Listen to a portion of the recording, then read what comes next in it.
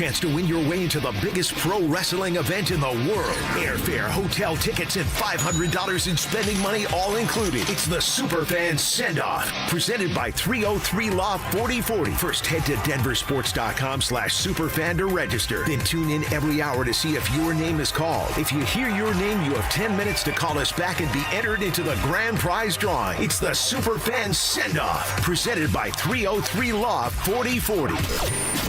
Denver Sports 104.3. The Fan. 2026 is shaping up to be an amazing year to buy a home in Colorado. If you've been dreaming about getting into your first place, upgrading for more space, or downsizing for a simpler lifestyle, now is a smart time to start planning. And the first step is easy. Get pre-approved. With American Financing, you can get it done in 24 hours or less, so you'll know exactly what you can afford before you start shopping. Rates have been dropping, home prices are steady, and more homes are hitting the market. You could score the right home at the right price and lock in a monthly payment that fits your budget without stretching yourself thin. And unlike renting, every payment you make goes toward your future, not your landlord's. And here's a misconception we'd love to bust. You do not need 20% down. Many buyers purchase with as little as 3% down. So if home ownership is on your 2026 goals list, let's make it happen. Call American Financing, Colorado's home for home loans, at 303-695-7000. That's 303-695-7000, or visit them online at americanfinancing.net. NMLS 182334, NMLSconsumeraccess.org. Hey, it's Mike Evans. For over a decade, Bluebird Windows and Doors has been servicing the Front Range with products built to withstand Colorado's unpredictable weather. Bluebird's Sunrise Collection windows are built to last a lifetime and are backed by strong warranties. Buy one window and get one 50% off through March 31st. And mention you heard about Bluebird from me, Mike Evans. You'll save an additional 5%. Enjoy the outdoors through energy-efficient Bluebird windows. Visit gobluebirdco.com. Bluebird Windows and Doors. Make today a Bluebird day.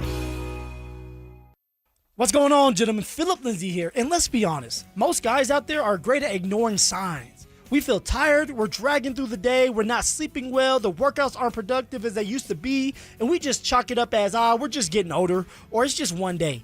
But for a lot of guys out there, they're dealing with low testosterone, and you're probably dealing with it as well. And I'm here to tell you that my guys at Rocky Mountain Men's Clinic are going to get you right.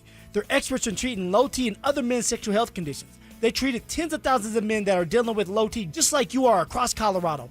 And this year, Rocky Mountain Men's Clinic is going to go further with 4 targeted body composition plans featuring GA's peptides, NAD+, GLP-1, PDA, and more, all designed to boost your energy, support metabolism, and enhance recovery, and also accelerate that fat loss. You heard me, accelerate that fat loss. Finding out is simple as well. You can go to RockyMountainMen'sClinic.com and take the low T quiz on their website. It's a simple 10-question quiz full of yes or no answers. It takes 2 minutes to do, gentlemen. Then what they're going to do is draw your blood and have the results within 30 minutes. The appointment is $99, which will include a medical consult with a Colorado licensed medical provider, a TMPSA test, and if you start your treatments on the day of your appointment, the visit is free. They also have 5 locations out there to serve you as well, so there are no excuses. Go get treated. You can go to Fort Collins, North Denver, Central Denver, Castle Rock, and Colorado Springs. So don't ignore these signs any longer, guys. Give Rocky Mountain Men's Clinic a call today at 720-440-7900 or visit RockyMountainMen'sClinic.com. That's RockyMountainMen'sClinic.com. Featured therapies are compounded and have not been evaluated nor approved by the FDA. Provider prescription required. See website for details. 1-877 Cars for Kids. KARS Cars for Kids. 1-877 Cars for Kids. Donate your car today. Call 877 Cars for Kids to reach your friendly live agent. Donation's super easy and your car can be picked up by tomorrow. Call now or go to carsforkids.org. 1-877 Cars for Kids. Donate your car today. Did you know you can donate real estate too? 303 Law 4040. Want to share one of the best compliments we've ever received. Had a listener call in to 303 Law 4040. His name was Peter. His wife was viciously attacked in a dog bite incident. So we set up a time to have him come in, and I met with him at length while his wife was recovering at the hospital. A couple days later, my wife recognized the number. She had spoken to Peter before. So when the phone call came in, she said, "Peter!" It was actually Peter's wife. She said, "How did you know?" She said, "Well, we love our clients." She was just surprised that we recognized the number. We had her come in, we met with her, and she says, I feel like we're your only clients. It's really awesome. We're not your only clients, are we? No, they're not our only clients, but what a compliment that our clients feel valued and that we treat them with such a high level of service. If you ever need us, that's the type of service you will get too. It's Jacob's Law, 303-LAW-4040. That's 303-LAW-4040. Save that number in your phone. You never know when you're going to need it. This segment on 104.3 The Fan is brought to you by Roller Auctions. Follow us on YouTube, Instagram, and TikTok at Denver Sports 1043 to stay up to date on all your local teams. Denver Sports 1043. The Fan. Denver Sports 1043 The Fan presents The Drive with Zach By and Phillip Lindsay. All right, here we go on a Wednesday. It's Will Peterson in for Zach By, hanging out with my guy Phillip Lindsay for the next 3 hours and 45 minutes. Phil, we had a spirited conversation about Jarrett Stidham. We'll get into that as the show goes on. But I want to begin with what we saw last night. The Avs are rolling, but are they officially back? Hold up, Will. Right before you do that, I have to do this. Okay. Woo! My bad. I always have to start the show like that, old William. Well, you were kind of running around the office like chicken with your head cut off. You're having a day, Mr. Phillip Lindsay. I am, man. I am. But you know what? That's the type of person I am. I love to be on my toes. Hot feet, hot feet, hot feet. So, man. What do you think was going through Mike Evans' mind when Gabriel Landeskog scored last night? My guessing is Mike was asleep. You know, he was watching the game. He got up the next morning, rewatched the game before work because, man, if he wasn't asleep and he's watching that game, he probably had to turn off his phone, his Twitter, because it was blowing up. And I wanted Landy to score. I wanted Landy to score just because it's like, take that, Mike. Come on now. You should never mess with the captain. Oh, captain, my captain. So it was good to see Landy get on the score sheet again. He did it the game before. All right, another one-timer.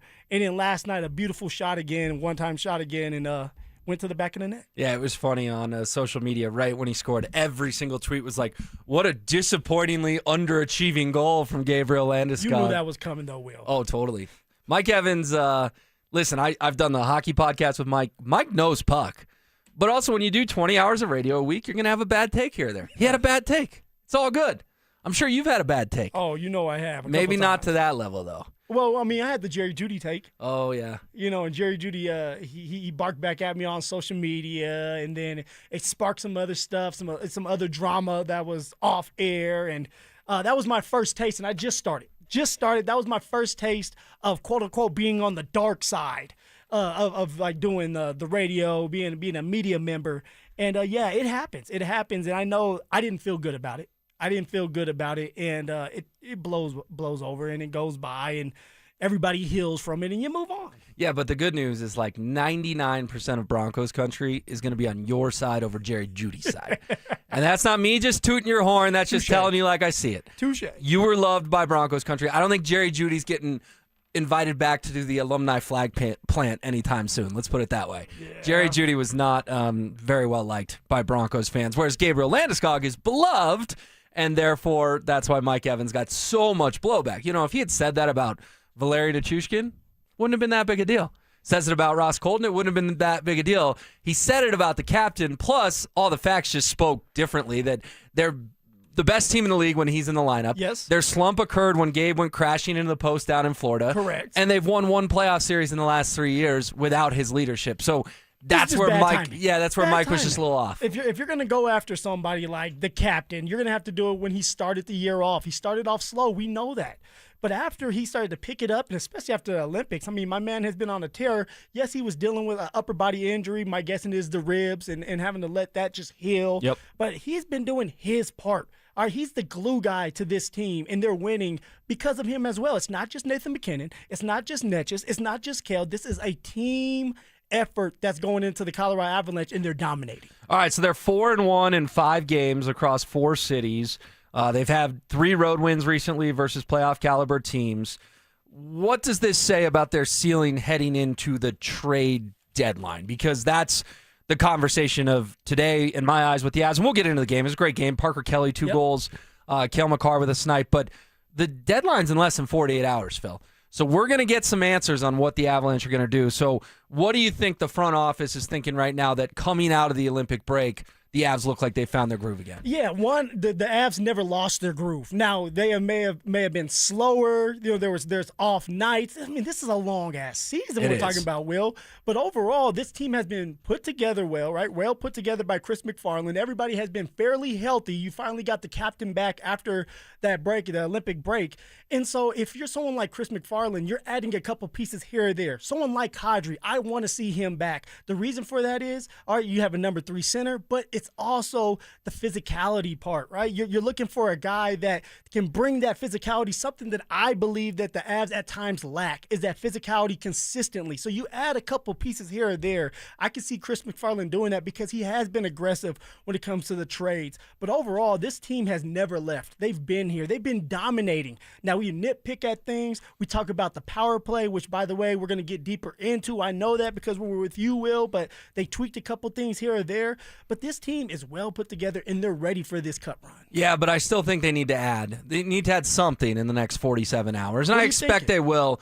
I mean, Kadri to me is the easy answer because the guy is just beloved in Denver. And guess what? Yes, the team has changed a lot, but he won a cup with Nathan McKinnon and Cale Makar and Devon Tays and Gabriel Landeskog and Arturi Lehkonen, and the list goes on. Yes.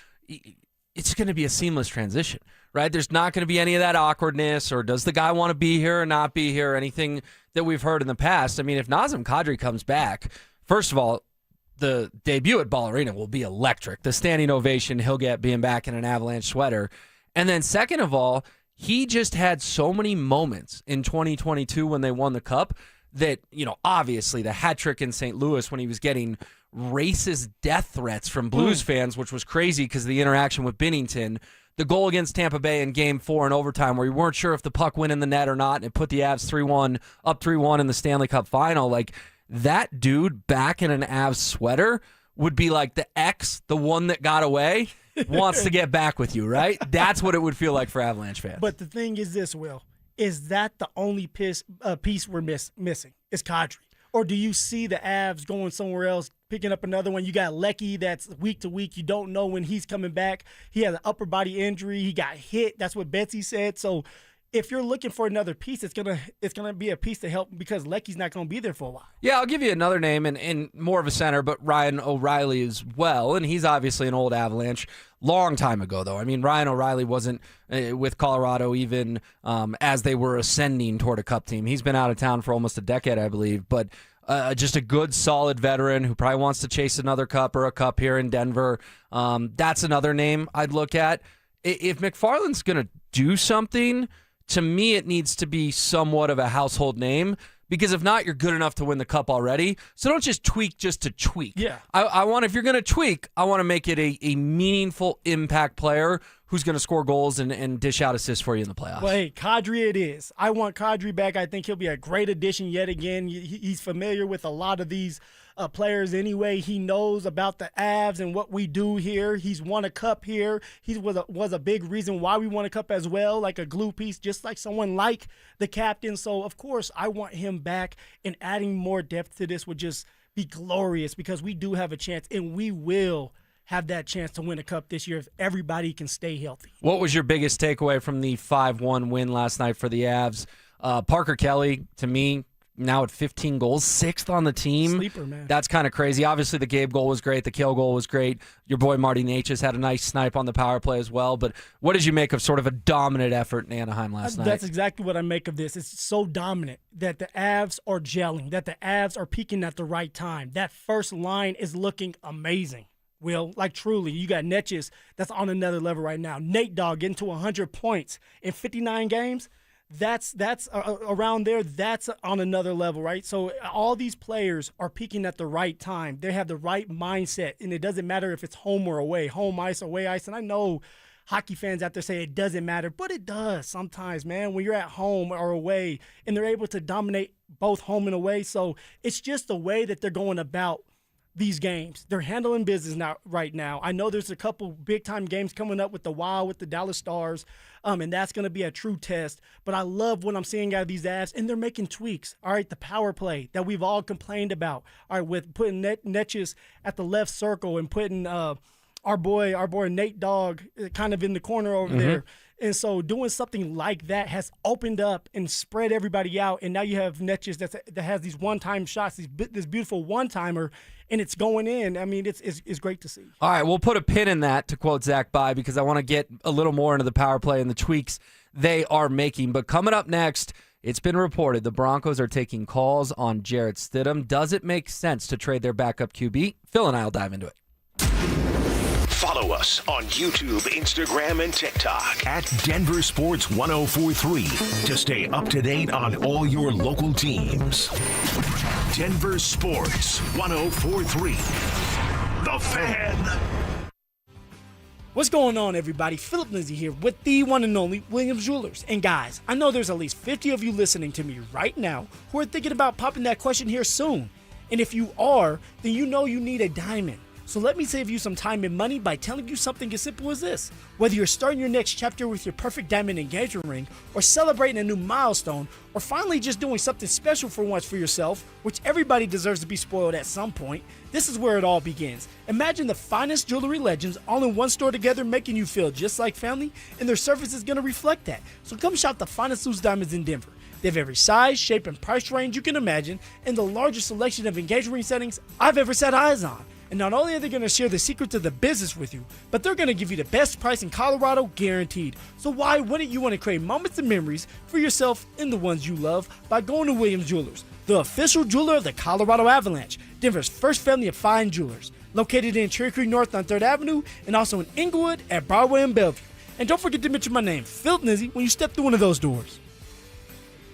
You can't always predict what's next, but you can be ready for it in a BMW SUV. The performance-driven X1 comes built for every journey, while the X3's sporty design and innovative technology keep your drive connected. The X5 blends performance with a commanding presence, or make it even bigger with 3 rows of luxurious seating in the X7. For every road, there's an X built to drive it. BMW, the ultimate driving machine. Gebhardt BMW, your trusted family dealer since 1975. Hey, it's Mike Evans. Let's talk about your hair. If you're losing it and desire it back, then do what I did and go see Dr. Tanya Pauls at Advanced Hair Restoration. Their simple one-day treatment offers life-changing results that I can personally attest to. Guys, it's not magic, but close to it. They put hair where you need it the most, and bam, it grows. It's actually science. Advanced Hair has it all. Top-rated Dr. Tanya Pauls, modern technology, and best of all, you get your very own natural hair that begins regrowing the very next day. Advanced Hair even guarantees it to grow for life. So schedule your free consultation today. Call 720-459-HAIR and you'll get $250 off and 250 free hair grafts. That's 720-459-HAIR. Advanced Hair is the winner of Westward's Best of Denver, and they've changed tens of thousands of lives, including mine. Become inspired with the before and afters at advancedhair.com. That's advancedhair.com. At Common Spirit Health, we don't just see a cancer diagnosis. We see you, and you don't have to do this alone. We believe you should be surrounded by your people, so you can keep them close while you get care close to home. Supported by our care team from diagnosis to treatment and beyond, and strengthened by treatment tailored to you. Because there's no one-size-fits-all approach to cancer care. Find cancer care with human kindness close to you at mountain.commonspirit.org. Ben Franklin here to talk to you about your water heater. A water heater is a vital part of your home's plumbing. When it doesn't work, it can really freeze up your routine. Call the pros at Benjamin Franklin Plumbing about water heater options for your home. Visit BenjaminFranklinPlumbing.com or call 877-BEN-1776 to request an appointment. The local pros call Benjamin Franklin Plumbing. Call for details. Independently owned and operated. Licensed in their respective state or county. Jacobs Law and 303 Law 4040, the husband and wife law firm where you don't get passed around to a law clerk or some call center overseas. You always get to meet directly with me and my lovely wife, Kimberly. Go ahead, save that number in your phone. You never know when you're going to need it. It's 303 Law 4040. Progressive presents a guided meditation. Hear the birds sing. A chipmunk nibbling on an acorn. Smell the pine needles gently falling into your living room as the breeze blows through the gaping hole in your roof. Gaze up at that broken tree branch and relax, because you bundled your home and auto with Progressive and have the peace of mind of 24/7 protection. So relaxing. Progressive Casualty Insurance Company, affiliates, and other insurers. Not available in all states or situations. This is the story of the one. As a procurement manager for a hospital system, she keeps every facility in her network stocked and ready. That's why she counts on Grainger to be her single source for thousands of products, from disinfectants to lighting, air filters, and more. And with fast, dependable delivery, Grainger helps her keep every facility stocked, safe, and running smoothly. Call 1-800-GRAINGER, click Grainger.com, or just stop by. Grainger, for the ones who get it done. The Great American RV Show and Off-Grid Expo is back at the Colorado Convention Center, March 12th through the 14th. Explore 400-plus fresh 2026 RVs and off-grid rigs. Go to DenverSports.com to register for your chance to win a 4-pack of tickets. Try the new Chicken Bacon Ranch Street Chalupas with slow-roasted chicken twice at Taco Bell. They only come as a pair at participating Taco Bell U.S. locations for a limited time while supplies last. Denver Sports Snapshot. Tonight on ESPN Denver 1600, CSU basketball faces New Mexico with pregame starting at 7:30. Presented by Gebhardt BMW, your trusted family dealer since 1975. You're listening to The Drive with Zach By and Phillip Lindsay on Denver Sports 104.3 The Fan.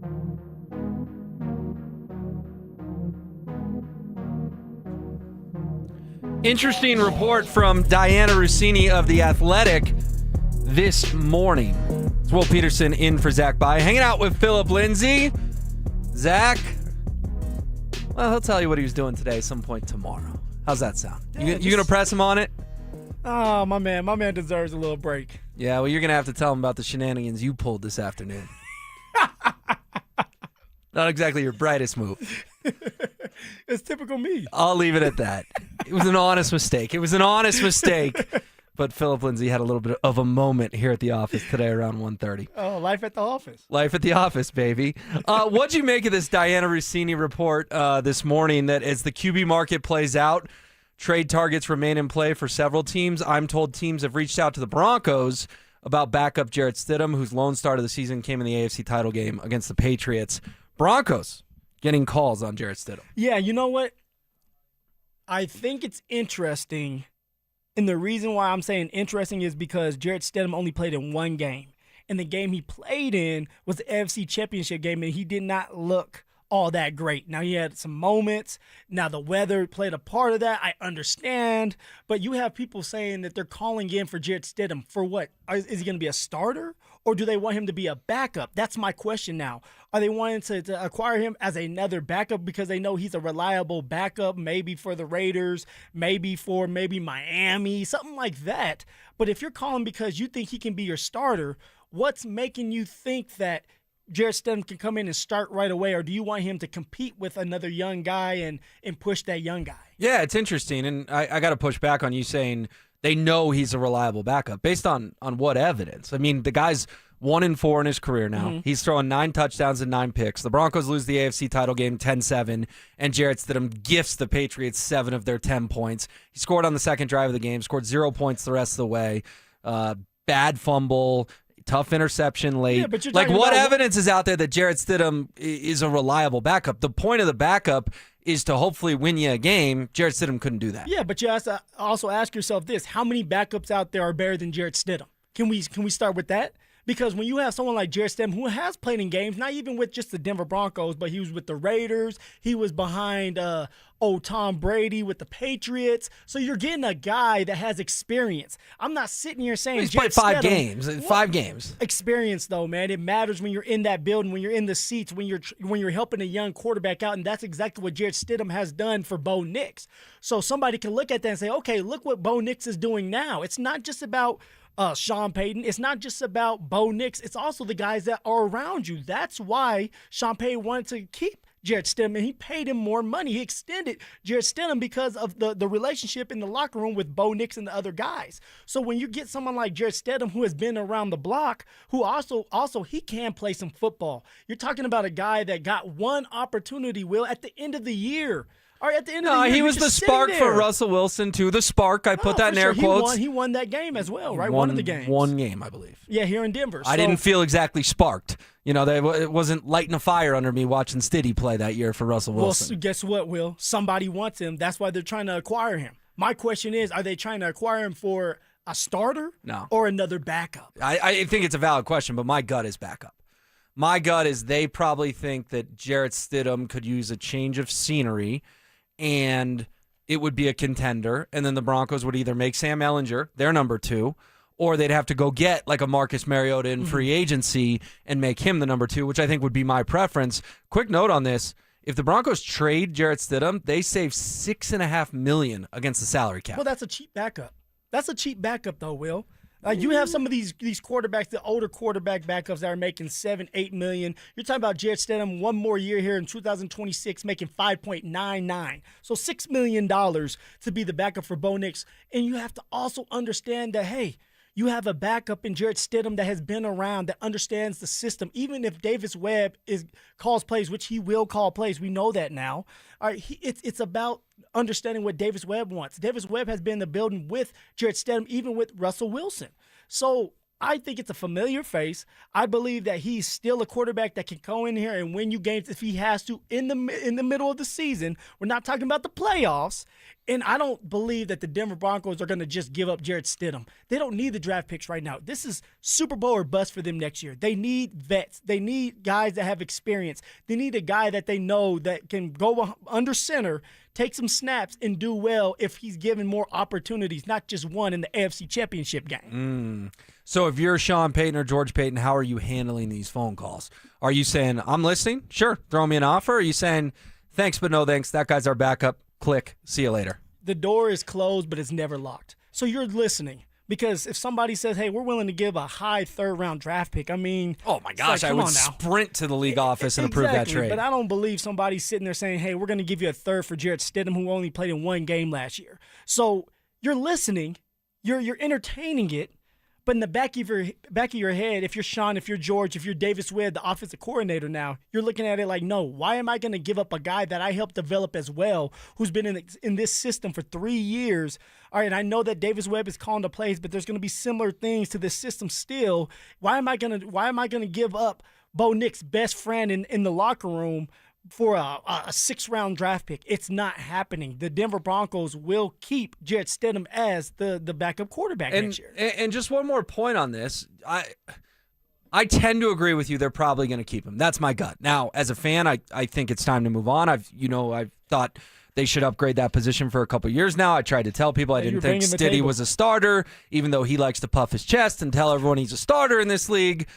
Could this be, and this is just a theory, could this be Stidham's camp leaking this to Diana Rossini because they know the path is blocked in Denver, and there are, 4, 5, 6 NFL teams who we don't know who their quarterback will be next year, and Stiddy's camp is like, let's get him out of town, but not to be a backup, to go be a starter, and we're going to use the media to sort of get this conversation going. And you know what, Will? That could be the case. Jarrett Stidham saying, hey, I want a chance to be a starting quarterback, and that's something that I talked about at the beginning of this year, that Sean will let Jarrett Stidham go if Jarrett Stidham has an opportunity to be a starting quarterback somewhere. Now, I don't know what these teams are thinking or if they truly think that Jarrett Stidham is a starting quarterback, but obviously an agent has to do his job, so he's calling around, and I keep bringing up places like the Raiders, like the Miami Dolphins. They need quarterbacks. The Jets. So maybe there is a market for Jarrett Stidham to go in there and be the starting quarterback at the beginning of the year until one of these young quarterbacks come along. So, yeah, Will, there could be a possibility that Jarrett Stidham's camp is trying to push it out there so Jarrett Stidham has an opportunity to show the NFL world that he can truly play the quarterback position at a high level and be a starter in this league. Yeah, I think Broncos country has a bad taste in their mouth from that AFC title game, but do you know who has the worst taste? Is Jarrett Stidham, right? Because that's the last piece of game tape on his resume. So I like what you're saying there of, hey, if you go to the Jets, maybe you can start 5, 6, 7 games, and if you're good in those 5, 6, 7 games, they'll let you go the rest of the year. Even the Raiders, though, you keep bringing them up. Mm-hmm. They're going to take Fernando Mendoza at number 1 overall. Is there a world where they let Stiddy start and Mendoza watches? I don't know, but maybe that's an option. The problem for Stidham is that the number 1 overall pick is going to get to see the field at some point. Unless you got the Raiders undefeated, you're getting benched. So I would think maybe somewhere like the Jets would be a little more tempting for him than the Raiders. But it'll be interesting to follow along, especially because, I mean, Phil, this is the fun time of year in the NFL. The games are great. don't get me wrong, they're my favorite part, but this is the most drama-filled day in and day out. It's about rumors, man. Exactly, because during the regular season, you're just waiting for Thursday, Sunday, and Monday. There's not a lot else going on. Maybe you're monitoring an injury here or there, but literally the next 2 weeks, the NFL is going to come at us fast and furious, and this was a pretty juicy Broncos rumor we got today. So, to leave, I know we're getting ready to leave. If somebody offers a 4th-round draft pick, should the Denver Broncos take that 4th-rounder and trade Jarrett Stidham? Absolutely. Crazy. Absolutely. You don't want to get rid of a guy that knows Bo Nix, knows the system, and you're comfortable with in a Super Bowl window. You don't want to do that at this point. Maybe next year, not this year. Jarrett Stidham will be the backup quarterback for the Denver Broncos next year. All right, well, we'll revisit this. Maybe we can place a little friendly wager on that because I think there's some smoke here. All right, coming up next, are the Nuggets about to get a key player back in the lineup? We've got injury news on Aaron Gordon and Peyton Watson. Calling all wrestling fans. Now's your chance to win your way into the biggest pro wrestling event in the world. Airfare, hotel tickets, and $500 in spending money all included. It's the Superfan Send-Off, presented by 303 Law 4040. First, head to DenverSports.com/Superfan to register. Then tune in every hour to see if your name is called. If you hear your name, you have 10 minutes to call us back and be entered into the grand prize drawing. It's the Superfan Send-Off, presented by 303 Law 4040. Denver Sports 1043. The Fan.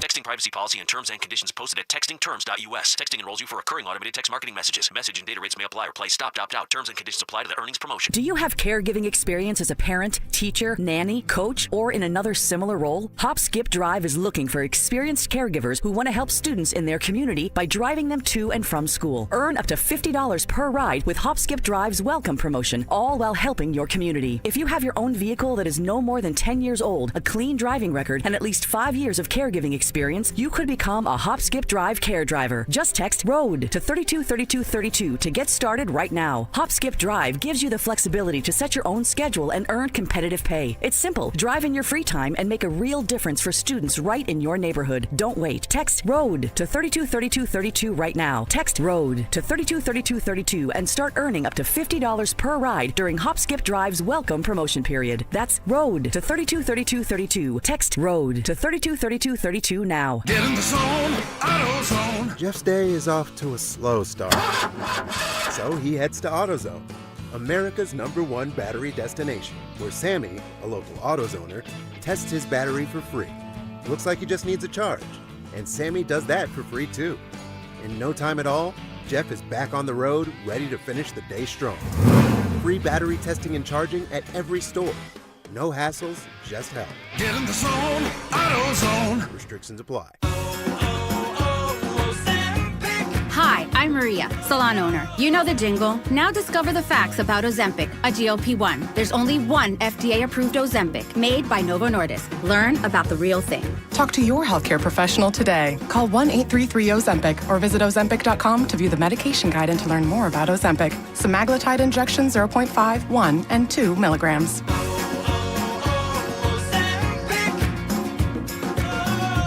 Spring weather is unpredictable. You never know which way you'll be adjusting your thermostat unless you have the right windows. And that's why with WindowNation.com, you can count on your home being comfortable regardless of the weather. Their windows are customizable and energy efficient. Expert installers take just one day, and Window Nation products are backed by a lifetime warranty. There's no better time to upgrade with Window Nation. In March, the more you buy, the more you could save. Up to 50% off all window styles. Visit WindowNation.com for your free consultation today.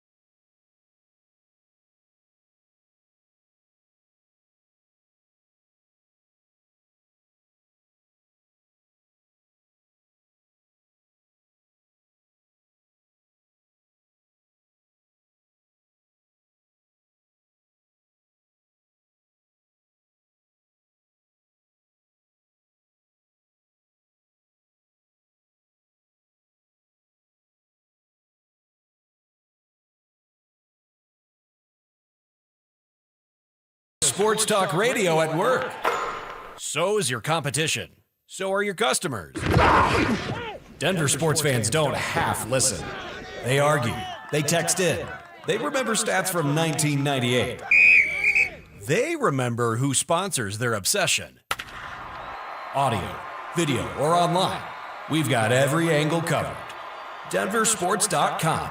Make your move. This segment on 104.3 The Fans brought to you by Williams Jewelers, the official jeweler of the Colorado Avalanche. Follow us on X at DEN Sports 1043 for up-to-the-minute information and opinions on all things Denver sports. Also, we can still call it Twitter, right? Denver Sports 1043 The Fan, DenverSports.com, and the Denver Sports app. It's The Drive with Zach By and Phillip Lindsay on Denver Sports 1043 The Fan. Some great reaction on the RamosLaw.com text line 303-713-1043 about that Stidham conversation. Get to those in just a moment. City for the city. Is that still a thing, Phil? No, it's not.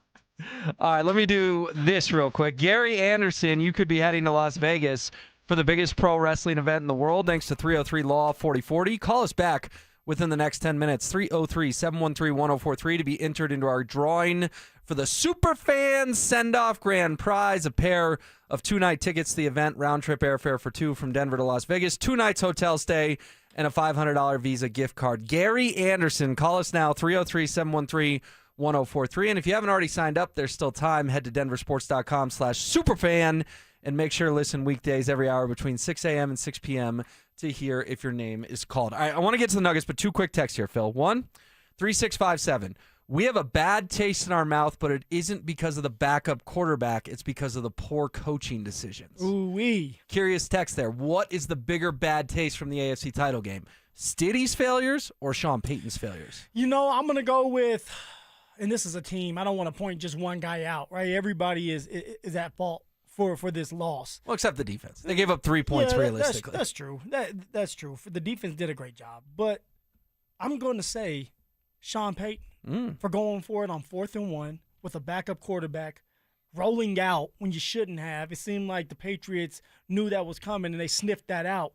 And also, I've talked about this numerous times. There may have been some other things that happened throughout that game, Will, where Sean Payton called a play maybe wrong or the wrong way that put Jarrett Stidham in a stressful situation that he probably shouldn't have been in, and that's on Sean. So I'm going to go with Sean on this one. Jarrett Stidham is a guy that needs more reps. He is still young. Yes, he's a vet, but he's still young, and the first time that he touched the football field was in the AFC Championship, 1 game away from the Super Bowl. That's a lot of pressure on anybody, especially a backup quarterback. Now, if the Denver Broncos would have handled business in some of these games, like the Tennessee Titans or another team that shouldn't been hanging around like the Giants, the Jets, then Jarrett Stidham would have been able to go in there for mop-up duty, get some more reps, and maybe he would have felt better, more confident going into the AFC Championship game. So the Denver Broncos next year, when you have a chance to step on somebody, you got to step on them with both feet.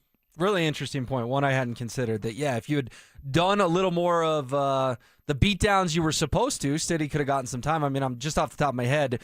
You beat the snot out of the Bengals 28-3, and you beat the Cowboys pretty good here as well, but I don't think there was a third blowout they had all season long. Yeah.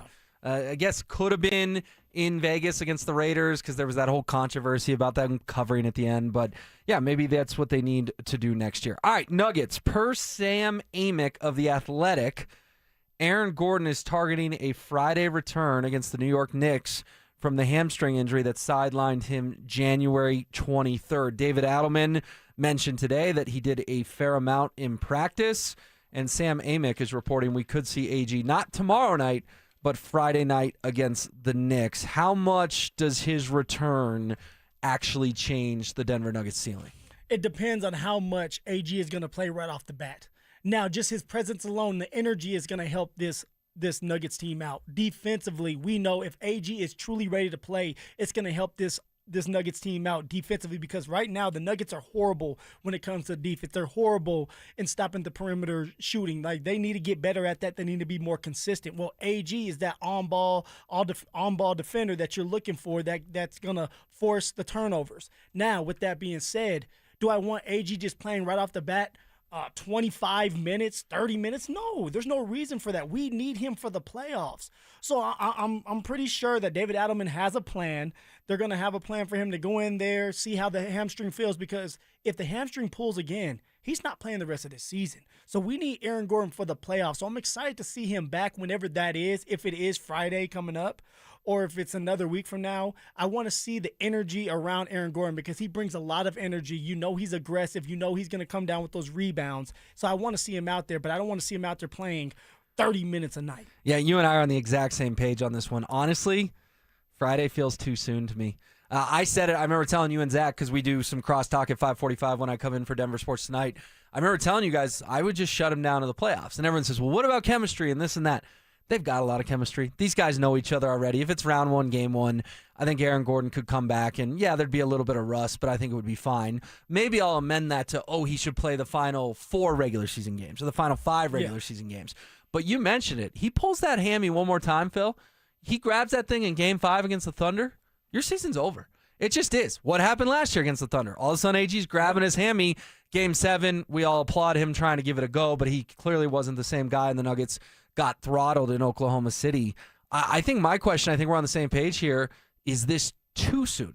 Should they almost let this go until April 1st for Aaron Gordon and just really make sure it's healed up? Because of the injury history with AG's hamstring, I'm with you on this, and a lot of times we don't agree, Will. But on this one, you're smart today. There we go. Let's give AG a little bit more time to heal. There's no rush. The Nuggets are going to still be able to win some of these games. I understand they're trying to figure out how to get the seeding right, and they don't want to fall into the play-in. We know that. But you have the greatest player to play the game right now in Jokic that needs to step his game up in some way.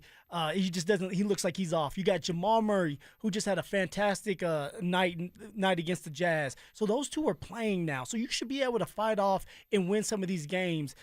Tough ones, the games you should win. You should be able to win enough and let AG heal up, let Payton Watson heal up a little bit more so they are ready for the postseason. Yeah, David Adelman was a little less optimistic about Payton Watson today. Said he, quote, didn't do much. I mean, the game I'm circling for P-Watt, man, is next Monday, March 9th at the Thunder, right? You'd love to have him against the Lakers. You'd love to have him against the Knicks.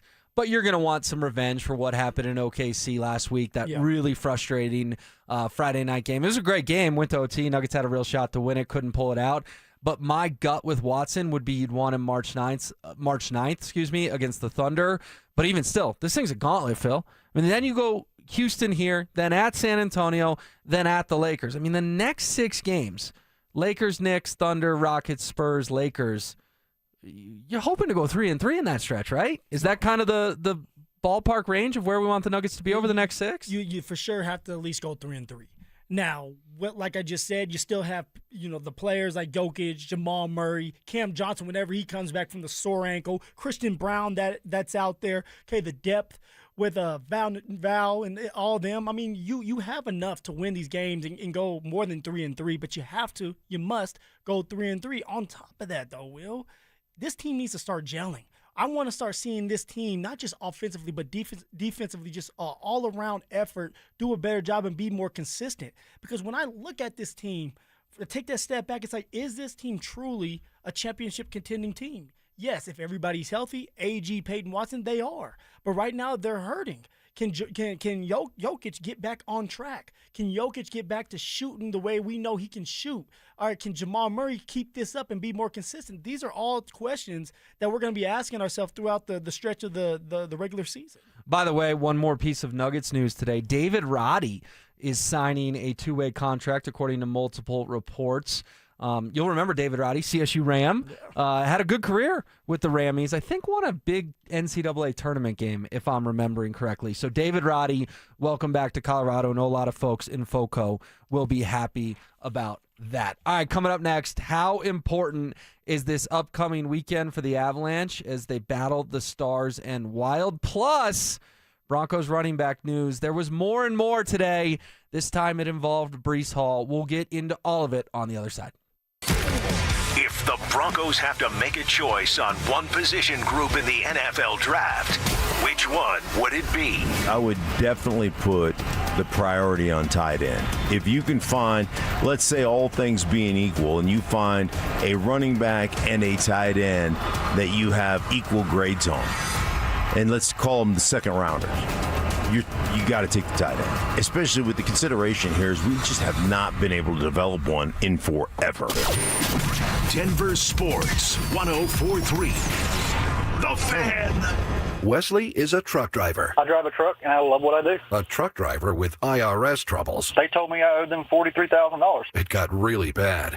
Quite a few letters in the mail. They were talking about wage garnishment, coming after my house, my car. Yeah, they don't play around. I seriously thought that I was going to lose everything. One sleepless night, Wesley finally made a call to Optima Tax Relief at 2 a.m. Kind of figured I'd get a machine, but I didn't. I actually got to talk to an actual person in the middle of the night.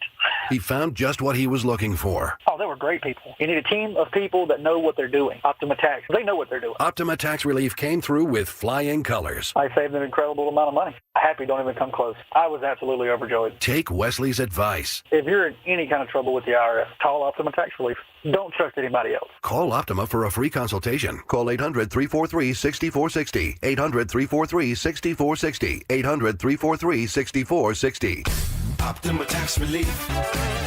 Some restrictions apply. For complete details, please visit OptimaTaxRelief.com. Cashback is not available on gas in New Jersey and Wisconsin. Couponing. Wow, you didn't strike me as the coupon type. Just trying to stay ahead of inflation. Gas, groceries, everything. It's all more expensive. I need to save wherever I can. Have you tried Upside yet? Upside? What's that? It's a free app that I use that pays cash back for every gallon of gas I buy. You've got to buy gas to get around anyway. Might as well get paid for it. Come on, does that really add up to anything? I've already made around $200. The extra cash helped pay down my bills, and I even had a little extra left to treat myself. And the Upside app is free? Totally free, and the cash back is real. You can transfer the cash right to your bank account. I'm downloading Upside right now. Download the free Upside app now to earn cash back every time you buy gas. Use promo code ENJOY to get an extra 25 cents per gallon on your first tank. You can cash out anytime right to your bank, to PayPal, or a gift card for Amazon and other brands. Just download the free Upside app and use promo code ENJOY for a 25 cents per gallon bonus on your first tank. That's code ENJOY for a 25 cents per gallon bonus. When the Nuggets are knocking down threes, you score too.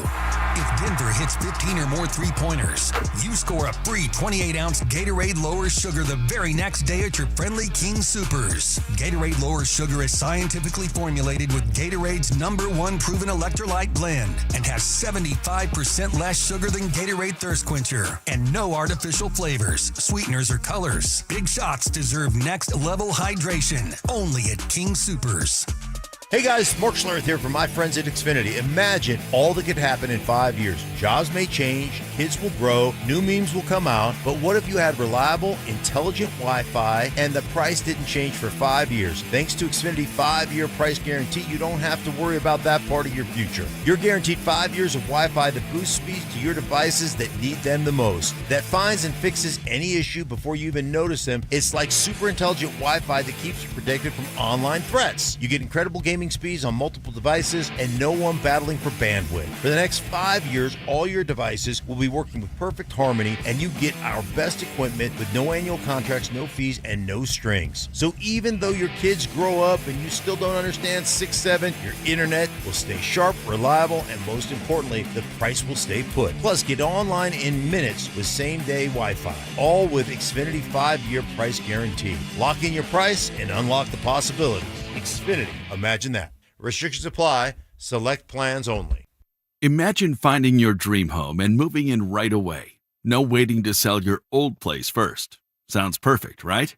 That's exactly what Orchard's Move First, Sell Later program lets you do. Buy your new home now and sell the old one later. Here's how it works. Orchard gives you cash so you can buy and move into your new home first on your timeline. No waiting, no showings, no double moves. Then the Orchard experts take it from there. They handle repairs on your old home for you so you attract the right buyers. Once they're done, a local Orchard agent lists and sells your home for top dollar. Orchard's Move First program gives you the freedom to buy and move into your new home first and sell your old home later. Buy before you sell and get top dollar for your home with Orchard. Ready to find out how much your home is worth? Visit Orchard.com to get your free home valuation. That's Orchard.com. Jacob's Law and 303 Law 4040, the husband and wife law firm where you don't get passed around to a law clerk or some call center overseas. You always get to meet directly with me and my lovely wife, Kimberly. Go ahead, save that number in your phone. You never know when you're going to need it. It's 303 Law 4040. This segment on 104.3 The Fan is brought to you by 5280 Exteriors, the altitude of quality. KKFN and KKFN HD1 Longmont, Denver. You're listening to Denver Sports 104.3 The Fan. Denver Sports Snapshot. Tonight on ESPN Denver 1600, CSU basketball faces New Mexico with pregame starting at 7:30. Presented by Gebhardt BMW, your trusted family dealer since 1975. Leading off with the big story of the day, here's The Drive with Zach By and Denver, Colorado's own Phillip Lindsay. There's a lot of big stories today. It's Will Peterson in for Zach By, hanging out with Phillip Lindsay. There's a new chapter in the Breece Hall, not saga, but franchise tag that I don't know if he's thrilled about that involves the Broncos. We will get to that coming up at 3:15. But right now I want to talk about, as the NHL trade deadline is heating up, the Avalanche won't play again until this thing is come and gone. Think about that. They don't have another game. So Chris McFarland, Joe Sakic even maybe, probably working the phones as we sit here and talk, figuring out how they can make this team even better. But what do you anticipate happening in the next 48 hours that's maybe answering the single biggest question for the Avs of why they can now put the Stars and put the Wild out of reach and win the Central? Yeah. You're funny, Will. Why is that? You said Chris McFarland, obviously. You said Joe Sakic too, right? I said he could be. Oh, they're working on something big. Yeah, all right. If they're working on something big, You he's still know- the president of the football or the hockey team. I'm saying he's a part of it. He's in that building. I'm just saying that you earlier when we were talking about Mikko a long time ago, it was back and forth about it was Sakic in the building when this was done. Now you're saying Sakic might be in the building. Well, I think after that trade, Nature's still a great player, but that trade last year did not work out for them. Come on, man. Nature's is we're not going to argue this. Nature's is going crazy. Hold on. The guy they traded ended their season in Game 7 with a third-period hat trick. You can't write Disney movies on that script. Like Mikko, that's something that any player wishes they could do. You know who almost did that to the Denver Broncos? Ooh.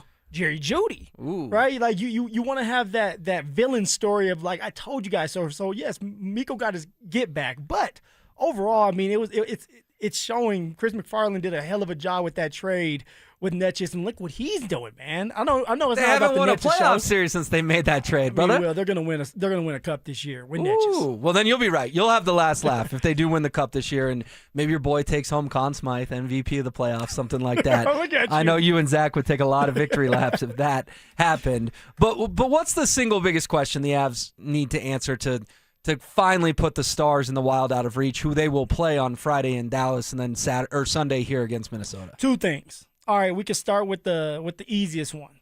Chris McFarland, are you getting ready to make a move? Is it going to be Nazem Kadri? Is he coming back with the Colorado Avalanche? Is he going to be the number 3 center? That's what I'm looking for. I want more physicality out of the Avalanche. Now, I'm not saying they don't have it, but I want it more consistently. And Kadri, he brings that mentality that you need to finish a cup, to be able to win that championship. And the last time he was here, they won a championship. So, just like the captain, Gabe, you need more guys like that with the mentality of, this is it. We're win. No matter what happens, no matter what I'm going through, no matter what happens, I'm fighting till the end. And Kadri's like that, just like the captain. Number 2 for me is goaltending. Can the goalies, Wedgie and Blackwood, can they be consistent as well? Notice I always say consistent because in the NFL, in the NBA, in the NHL, it's all about consistency, and that's what makes good players great. When you're consistent every single night, that's when you become a great player. So can the goaltenders in between the pipes, can they make a couple big-time saves? Can they do a great job against the Wild, against the Stars coming up this weekend? Can they show us that they're ready for the big lights, right? When the lights shine the brightest and they have to stand on their head and they have to be the reason why we win the game. Can they win us a couple of playoff games? And just to be clear, you're all in on Blackwood and Wedgwood. I am. Right? Oh, yeah. I mean, we're set with that room. They're not going to make any goalie trades. No. I don't know if they'll make any defenseman trades. I mean, I get it. they're not real deep there, but the 6 they have, and if we knock on wood and they stay healthy, those 6 will play night in and night out in the postseason. But yeah, I really think it's a center or a winger that the Avalanche will be targeting here in the next 46 hours or so. Hopefully soon. I mean, we could get news while we're on the air today about the Avalanche making a trade, especially without a game tonight, without a game tomorrow night. The deadline actually fell at a pretty sweet spot with them. But I'm with you. The goaltending's interesting because, yeah, no one's advocating to make a move there. I mean, it's the best goaltending duo in the NHL, but Blackwood and Wedgwood haven't exactly won a lot in the playoffs. That is so true. The lights will get a lot brighter there for them. I thought Blackwood was fine last year, not great against the Stars, obviously. You know, they fell apart in that third period in Game 7 down there in Dallas. But I like you bringing up the goaltenders. Let's talk about the Lehkonen injury because he's week to week. Does that make the trade deadline more urgent? Because you know, if you still had a 15-point lead, you'd say, whatever. We're the number 1 seed. We're the President's Trophy winner, all good. But now that Dallas is so red hot and has won 10 in a row, does Lehkonen, say if he's going to miss 3 weeks, does that make it even more important that McFarland does pull the trigger on a trade here soon? I believe so. It's all about the depth. You know that, Will. It's all about the depth. Even though we know Lecky at some point is coming back, who can be a placeholder? Who can be that guy that fills that void for a little while, even if it's a depth piece that you can go into the playoffs with? So if Chris McFarland is definitely sitting there saying, can we get Kadri back? And is there another guy that can come in and kind of take Lecky's place for a little while until he can get back in action and he feels healthy? I think that those are all on the table because it is about winning a cup. It is about making sure that everybody stays healthy. So you always have to sit there and look at your options and say, what is going to help us out through this long stretch? What is going to help us get over the top? And Chris McFarland, we all know, he can be very aggressive before the trade deadline. Oh, yeah. We saw it last year when he made 9 trades. Standings right now, the Avalanche at 91 points, the Stars at 85 points, the Wild at 82 points. All right, the text line is still blowing up about this more than a day and a half after it happened, but it's the Mike Evans rant yesterday, whatever you want to call it, where I'm not going to play it again because I think a lot of people have heard it, but I'll just sum up the key words he said. He called Gabriel Landeskog a massive underachieving disappointment. Just 3 strong words in a row. No one ever wants to have something prefaced with massive because then you're like, oh, this is big. Like Phillip Lindsay made a bad mistake, a massive mistake at work today around 1:30. Underachieving disappointment. You know when your parents, like when you were a kid, if they said they were mad at you, you're like, whatever. If they said they were disappointed in you, that was a big deal. For sure. I remember the time I did something I wasn't supposed to do when I was a kid, and my father looking at me, and usually he brings the belt out.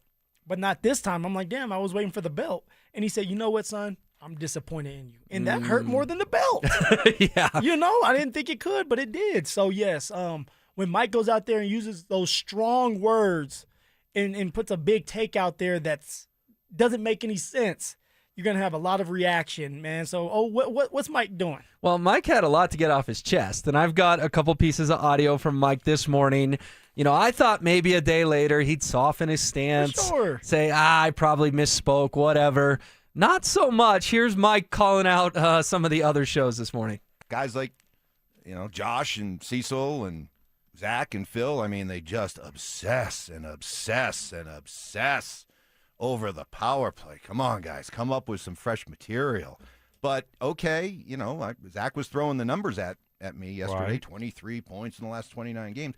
Well, you would think with one of the most outspoken critics of the Avalanche power play, you might want to mention that Gabe Landeskog, despite getting significant power play time, has 1 power play goal this year. And in the span of his career has been averaging almost 7 power play goals per year. So, this whole bit about, well, he's coming back from the injury and everything like that. Well, okay. But, for what a lot of you are saying is this crucial, this thing could end up being the doom of the Avalanche if they don't fix it. Well, then, maybe you should address guys like Val, guys like Gabe, guys like Cale Makar, who had 12 power play goals last year, who has 2 this year.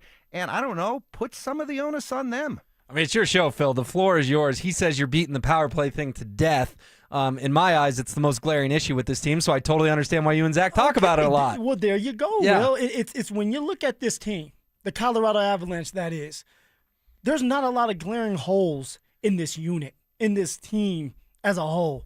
5-on-5, they dominate. All right, on the blue line, they're dominating. The one thing that we have brought up, and it has been a chink in their armor for multiple years and actually got them beat last year, was the power play.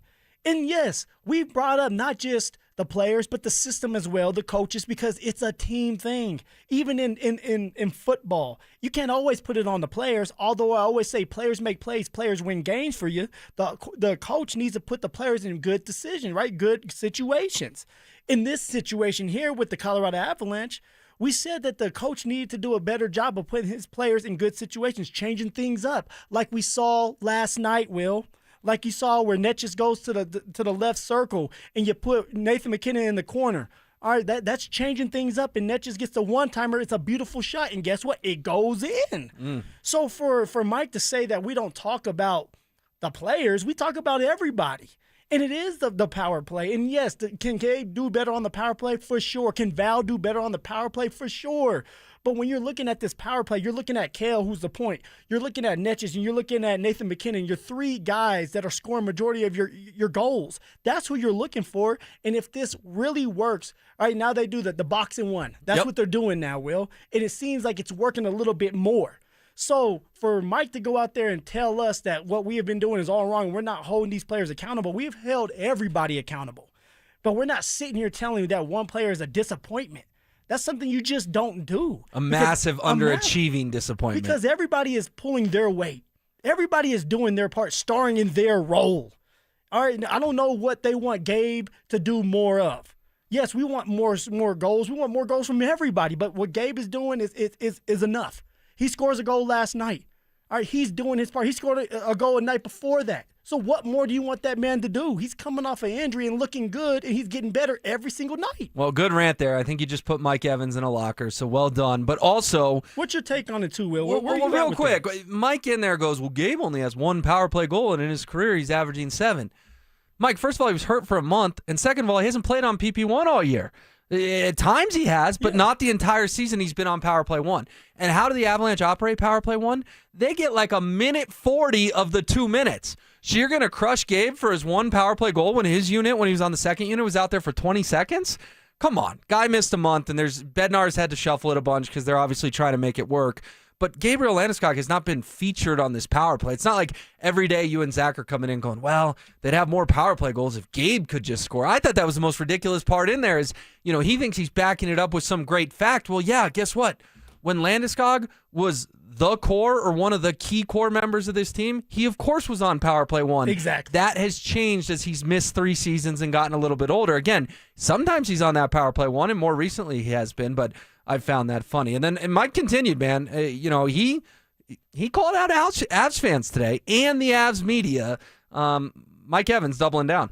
Can I bring this up, too? Because I learned a lot. There were a lot of observations I took from yesterday's wild day on Twitter. And I'm glad you brought up the Broncos and you brought up the Avs as having the best record in the NHL. This proves something to me that I've known for a long time, that I've had, over the years, I've had Avs fans beg us to cover the Avs like we cover the Broncos. And what yesterday showed is that, I'm sorry, at least for Avalanche fans on Twitter, that's specifically who I'm talking about, you can't handle it. You can't handle that kind of coverage. You can't handle that kind of scrutiny because if this was the Broncos and this was Gabe's kind of situation, there would be a lot more scrutiny and debate back and forth about what Gabe has brought.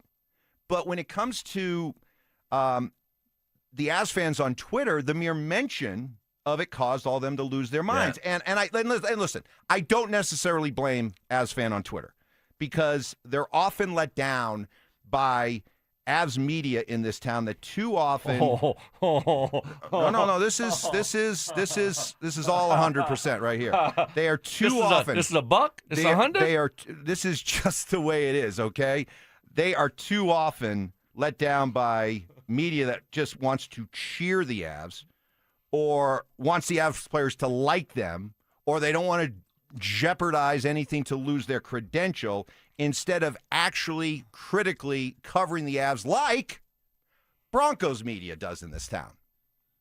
And so to those who want the Avs covered with the Bronco-type intensity and scrutiny, Yesterday on Twitter, you aren't ready for that. Wow. Strong words for both Avs fans and Avs media. And he took a shot at the fans and the media. What Yeah. are you doing, Mike? And then he kind of hedged on, well, it's not the fans' fault because the media's soft and they just spoon-feed him cheerleader takes and all this and that. What do you make of Evans saying that there's just no comp between how the Avs are covered and talked about in this town and how the Broncos are covered and talked about? So my take is this, right? You have someone like Bo Nix that if you talk bad about Bo, people are going to be up in a, they're going to be upset if you talk about Bo in the wrong manner. All right, there was times where Bo Nix started slow. I didn't hear Mike calling Bo Nix a disappointment. Now you have Gabe, who has done a lot for the Colorado Avalanche throughout his years.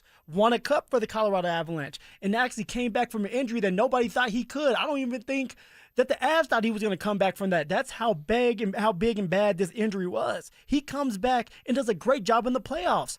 My guessing is hurt, right? Under a lot of pills and medication so that you can get through these games. This year is his first year actually playing a full season. And I said yesterday, knock on wood, because you got the season still going on. Sure. He's getting better every single game. He had a little lapse because he got hurt and an upper body injury, and now he's coming back from that, and he's looking really, really good. So if you're going to sit here and talk about Gabe, there's ways that you can go about it without calling him a massive disappointment, because words hurt. And you talk about players, it's all about the wording of things. Like, right, our job is to talk through this microphone.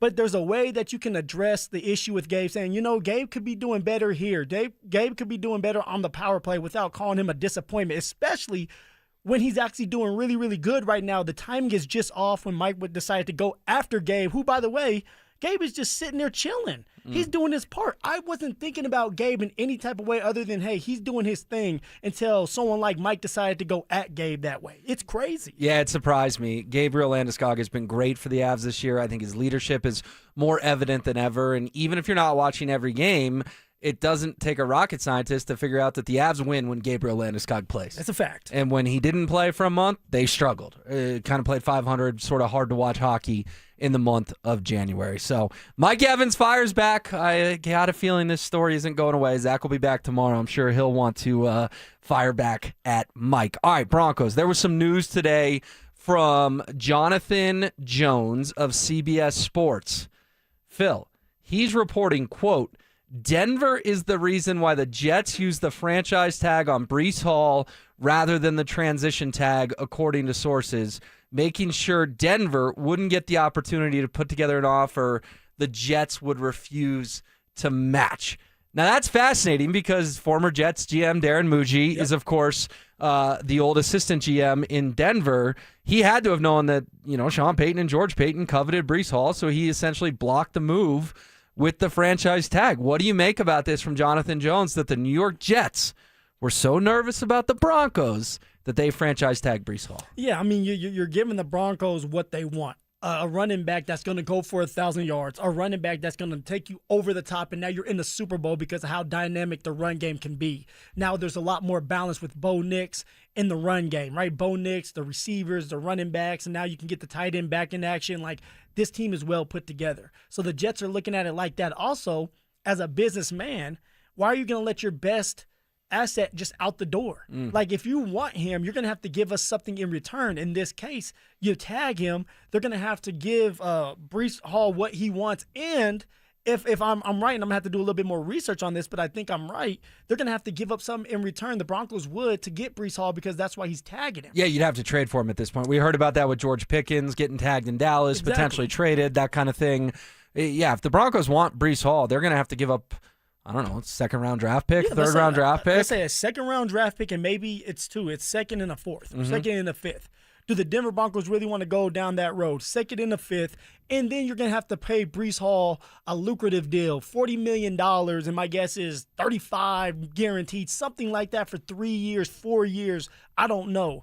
Do you really want to do that? So that's good business by the Jets saying, hey, if you want him, then you're going to give us what we want in return so that we can help our team out. I like Breece Hall, but there's two other running backs that are on the market that you're not going to have to give up draft picks for, and that's Travis Etienne and Kenneth Walker III. Yep. You can get any of those backs who I think are just as good as Breece Hall and you just have to pay them their money, and you still get your draft picks to go into the draft, get you a tight end, an inside linebacker, another running back if you want to go that route, a safety if you want to go that route. So go that route. Like I just got done saying, these routes. Go down that road to pick up a running back free agency-wise, whether it's Travis Etienne, whether it's Kenneth Walker, whether it's Rico Dowdle. You got some good running backs out there that can come in here and run for 1,000 yards and keep you balanced. Well, I'm glad you brought that up because Jonathan Jones, who had this report about Breece Hall, added in his story today, quote, the Broncos are poised to make a splash at running back next week. Denver would be an obvious landing spot for Kenneth Walker III, but the team could opt for Travis Etienne as a more affordable running back. So let's go there. Walker versus Etienne, who would you want in a perfect world, factoring in that the price may be double for Kenneth Walker than it would be for Travis Etienne? Hands down, I'm going with Travis Etienne. That's the guy on my list. Over the Super Bowl MVP, Phil. Yes, because all around, Travis Etienne is a better running back. And what I mean by that is pass blocking, catching out of the backfield. That's something that Sean Payton and Davis Webb want to do with their running backs. They want to get the running backs in open field like Alvin Kamara used to do. All right, in between the tackles, Travis Etienne can do that for you. Great contact balance. And he can share the load with R.J. Harvey. I believe that Travis Etienne will come in here, go for over 1,000 yards, help this team get to a Super Bowl, and you get more out of him. Not just as a running back, but an all-around running back that can do it all. He's an every down back where someone like Kenneth Walker, I love his game as well. Don't get me wrong. I'm okay with him being a Denver Bronco, but he's not the strongest pass catcher out of the backfield. He's not going to block all that great for you, whereas Travis Etienne would do it all. But let me get this straight. If Travis Etienne is this phenomenal player, and listen, you played the position. I'm going to trust your opinion. Yeah, I played against both of them too. Now I didn't tackle him, but yeah, you were on the field. But I'm just curious if Etienne is as great as you just made him out to be. Yeah. Why is Jacksonville letting him walk? Because Jacksonville has other plans. They want these young players, these young running backs, and I think there's a couple other guys that they want to pay. They don't want to pay the running back position. Just like the Seattle Seahawks are looking at it like, hey, we got a couple guys defensively that we need to take care of, and we don't have enough to pay someone like Kenneth Walker. Also with Kenneth Walker, I think that there was a situation where they may have traded him in the middle of the season if things didn't go right or if they couldn't get on the same page, and they end up not trading him. And he stayed for the rest of the year and ended up being the MVP. With Travis Etienne, it was the same thing. There was some commotion going on that Travis Etienne wanted more reps, and they wanted some younger running backs to come in and fill that void for a little while. And I think they're just going to go their separate ways. Sometimes it just doesn't work out. So Travis Etienne, there is nothing wrong with that, man. He'd be a great addition for the Denver Broncos backfield, and he would help out R.J. Harvey significantly as a vet and just taking pressure off that young man. Okay, well, there's a third name that goes in this conversation, and that, of course, is J.K. Dobbins. How does he fit into this? Because I did Denver Sports Tonight last night with James Merrillat, and I told him my ideal running back room would be Kenneth Walker, J.K. Dobbins, and R.J. Harvey. I want Walker, big money, Dobbins back on a one-year veteran prove-it deal, and then Harvey will still be in the mix as well. James told me that idea was, quote, awful. Which, it's James every once in a while. I didn't think it was that awful. What do you like? What do you make of my idea of maybe not your boy Etienne, but go big with Walker, find a way to bring Dobbins back, and then you still got R.J. Harvey in the mix? You know what, Will? I would be okay with that. I think that's a great idea. The issue is, does J.K. Dobbins want to be here knowing that Kenneth Walker is going to get majority of the carries, and then whatever the carries are left are going to go to R.J. Harvey? So where does someone like J.K. Dobbins, who when healthy is a top 5 running back, where does he fit in this offense? Right. And we know that J.K. is the type of guy that, like, he smiles, but I'm telling you, he's not always happy. He smiles, but he wants his reps as well. So if you have Kenneth Walker getting majority of the reps and he's out there running well, and J.K. Dobbins is just sitting there watching both R.J. Harvey and Kenneth Walker go to work, and he's just sitting there, that's not going to work. The chemistry is not going to be what you want it to be in that room. So although I love the idea, the more the merrier, the more the merrier, let's have our cake and eat it too. Yeah.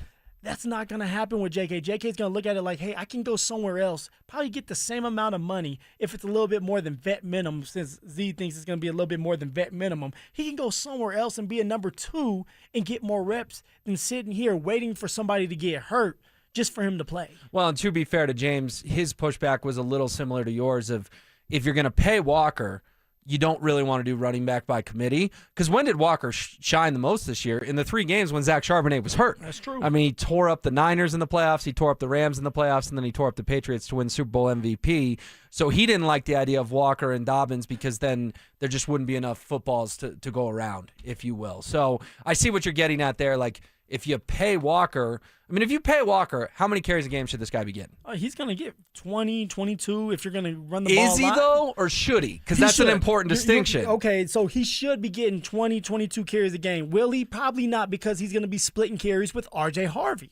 So if you're let's say Kenneth Walker gets 15 carries, R.J. Harvey gets 7, maybe 10 carries, how many carries is J.K. going to get? J.K.'s not going to get the ball in the red zone. J.K. is not going to get majority of the carries or the meat, right? Like the big plays that you want that can be explosive. So J.K.'s just sitting there collecting a check, which, hey, I would do. I'll collect that check if you don't want to, J.K. But he wants to be out there because he believes that he's a top 5 running back, but he needs to stay healthy in order to prove it. So if the Broncos called you next week, what are you saying? I'm like, all right, I'll be the 3rd-string running back. Okay. Don't put me in the game. Yeah. All right, I'll block for you if you need me to. I'll cut somebody. But I'll collect a check. How much you want to give me? $2 million? Guaranteed? Oh, we got it. Zach would be looking for a new co-host, I think. Maybe just for a year. I'll come back. Phil go play football for one more year. All right, coming up next, are the Chiefs rebuilding? Are they reloading? Kansas City made a trade that rocked the NFL world today. We'll dive into it in the 3 count. Is the former Stanley Cup champion the remedy to bring the Avalanche back to glory? At 35 years old, is Nazem Kadri a missing piece that you go, hey, here's a guy that can fix some of the issues we've been arguing about? Denver Sports 104.3. The Fan. Texting privacy policy and terms and conditions posted at textingterms.us. Texting enrolls you for recurring automated text marketing messages. Message and data rates may apply or play. Stop, opt out. Terms and conditions apply to the earnings promotion. Do you have caregiving experience as a parent, teacher, nanny, coach, or in another similar role? Hop Skip Drive is looking for experienced caregivers who want to help students in their community by driving them to and from school. Earn up to $50 per ride with Hop Skip Drive's welcome promotion, all while helping your community. If you have your own vehicle that is no more than 10 years old, a clean driving record, and at least 5 years of caregiving experience, you could become a Hop Skip Drive care driver. Just text ROAD to 323232 to get started right now. Hop Skip Drive gives you the flexibility to set your own schedule and earn competitive pay. It's simple. Drive in your free time and make a real difference for students right in your neighborhood. Don't wait. Text ROAD to 323232 right now. Text ROAD to 323232 and start earning up to $50 per ride during Hop Skip Drive's welcome promotion period. That's ROAD to 323232. Text ROAD to 323232 now. Yo, Harvey, Zoe, group selfie. Ooh, nice new iPhone 17, Drewski. Let's do a triangle formation. I'm in front. With a center stage front camera, everyone fits in the shot. You got it at T-Mobile. But switching takes forever. Not anymore. Now you can switch to T-Mobile in just 15 minutes. Focus, people. Nail your pose. And you get a new iPhone 17 on them. No way. Yes way. No way. Yes way, guys. Switch to T-Mobile and get iPhone 17 on us. And right now, we'll pay off your old phone up to $800. I'm grabbing my phone and switching to T-Mobile right now. Get back, Harvey. We're taking a...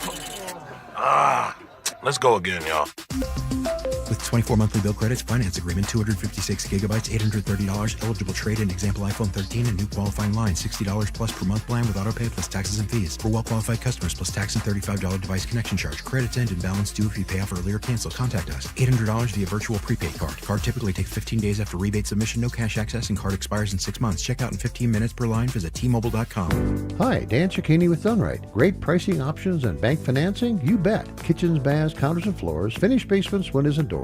Done right since 1985. You have our word, we'll treat you right at Done Right. Visit drhi.com. Thanks. This is a special alert to all Americans who own a vehicle with less than 200,000 miles with an auto warranty about to expire or with no warranty coverage at all. Due to a decline in the economy, CarShield is announcing a low-cost month-to-month vehicle protection plan that is now available to the public to save any driver out-of-pocket expenses on future auto repairs. Call now to find out how you can pay almost nothing for covered auto repairs. Yes, you heard that correctly. Pay pay almost nothing for covered auto repairs. An open phone line has been established for all drivers to call for a free quick quote. Call 800-292-4541 now. Drivers who are covered will not have to pay for covered repairs again. This protection plan is at an all-time low. Additionally, drivers who activate this vehicle protection today will also receive free roadside assistance, free towing, and car rental options at no additional cost. Call us for your free quick quote today. 800-292-4541. That's 800-292-4541. What do you have to lose? Call 800-292-4541. Again, 800-292-4541. Men, we all know how important sex is in a relationship, both for you and your partner. But erectile dysfunction ruins sex, which can often have serious impacts on your relationship as well. This is Jeff for the Rocky Mountain Men's Clinic, and if ED is a problem in your life, you understand the impacts it has on you and the one you love. But I'm here to tell you that ED is a treatable condition, and almost without exception, you can have really good sex again. At the Rocky Mountain Men's Clinic, we're experts in treating ED. We've treated tens of thousands of men with protocols that are effective in well over 90% of cases, which means if you're like most guys, good sex will be the norm. You could even last up to an hour or more and bring a level of intimacy for you and your partner that might just astound you both. It's time to have really good sex again. So call us. Just $99 gets you blood work, a medical consult, and if medically advised, a test dose. And if that test dose doesn't work in the office, your visit is free. Call 720-440-7900 or go to RockyMountainMen'sClinic.com. We have 5 offices across the Front Range to serve you. I lost 60 pounds a few years ago with SodaWeightLoss.com, and it's never coming back. I am never gaining that weight back because I learned how to eat, what to eat, and when to eat with SodaWeightLoss.com. You can join Soda for a short time that have results that last a lifetime. Call them up at 1-866-800-SODA. That's 1-866-800-SODA. Or go online to SodaWeightLoss.com. And I lost those 60 pounds, and I'm never going back because of the personalized touch that SodaWeightLoss.com gives you with a personal nutritionist that's always available via text when you have questions, you have concerns. Sometimes you just need encouragement on your weight loss journey. Have a friend there. Have your personal nutritionist there for you. It's SodaWeightLoss.com. It's changed my life. I look and feel 10 years younger, and I love it. You'll love it too. Go to SodaWeightLoss.com. Again, call them up, 1-866-800-SODA. Join Soda for a short time to have results that last a lifetime at SodaWeightLoss.com. SOTA is, say it with me, state of the art. The right financial strategies can make a huge difference, especially if you're nearing retirement. Adam Muller talks retirement strategies with Mile High Money. Saturday mornings at 8 on Denver Sports 104.3, The Fan. Hey, what's up? It's Zach here. And if you're looking for your new go-to spot in Centennial, the Basketball Social House is it. Award-winning food and drinks, an incredible weekend brunch, and a brand new sports bar entertainment space where you can catch every Colorado game. Even if you're not playing, it's a great hang. But if you are, their private basketball suites are unreal. Full court, lounge, music, TVs, the whole setup. And because you're hearing this from me, get half off your first private basketball suite rental. Just use code HALFOFFHOOPS. Trust me, you're going to love this place. Want to partake in our contests? Check out the rules at DenverSports.com. Denver Sports Snapshot. Tonight on ESPN Denver 1600, CSU basketball faces New Mexico with pregame starting at 7:30. Presented by Gebhardt BMW, your trusted family dealer since 1975. Every day at 3:30, the drive comes off the top rope to hit you with a 1, 2, 3. Finally, the Rock has come back to Denver. Tape your wrists, stretch your spandex, and oil your hair. Here's Zach and Phil with today's 3 count on the drive. Coming off the top rope with it! Let's go. 1! Well done, Mr. Phillip Lindsay. Woo! It's Will Peterson in for Zach By, but Phil's got it handled. You're going to be driving this show before you know it. Oh, come on, Will. Come on. I mean, if you do it that well, that was pretty good. Oh, I can do that part. All right, 3:30 every day. Anything. 3:30 every day. Hey, so are the Chiefs rebuilding, reloading? They made a trade today that rocked the NFL world. They are sending all-pro cornerback Trent McDuffie to the LA Rams in exchange for a first-round pick, number 29, right before the Broncos, as well as a 5th, 6th, and 2027 third. Woo! Trade an all-pro for 4 draft picks. Blockbuster trade. To me, that screams rebuilding. What do you make of the plan in Kansas City, especially with Patrick Mahomes coming off the torn ACL? Yeah, it's surprising that you're giving up a key piece to your defense in the cornerback position. And even Patrick Mahomes tweeted down. Wow. All right, so when you have your franchise quarterback tweeting something, that means that you didn't run it past him or you didn't tell him, hey, this was going to happen. Now, with that being said, that means they have 2 first-round picks, correct? So they're going to rebuild, my guess is get an offensive lineman and maybe a running back, and then trade or go into free agency and pick up another cornerback that, that's out there on the market. So the Kansas City Chiefs are going to be a team that you're still going to have to watch out for because of Patrick Mahomes, because of Travis Kelce. Travis Kelce, all these guys on top of the coaching staff. So somebody that is worried about the Chiefs, they shouldn't be, because you still got the quarterback position there. You still got the head coach. Yeah, but they went 6-11, and they just traded a premier corner. You got to admit, it does send a little bit of a weird message to the fan base. It does. I don't understand why you would get rid of one of your star defensive players, but you're trying to rebuild the offense. You let go of the tackle, right? You have Travis Kelce that's getting older. You need a running back. So they're going offensive-minded because of someone like Patrick Mahomes. Well, and as Dante points out, after they traded Tyreek Hill, they did win a couple Super Bowls. So they did. That's a good point by him. But, yeah, number 29 right before the Broncos. We'll see if there's some draft night maneuvering if both rivals like a key player. 1, 2. All right, ESPN ranked the top 100 players in the MLB, and no surprise, but the Rockies did not get a player on the list. The only teams not to have any other players are the Cardinals, White Sox, and Marlins. Phil, I got to ask you, when they do this exercise next year, will the Rockies have a player on the top 100 list? Yes, they will. The name that comes to my mind is Hunter Goodman. All right, young catcher that was in the All-Star last year.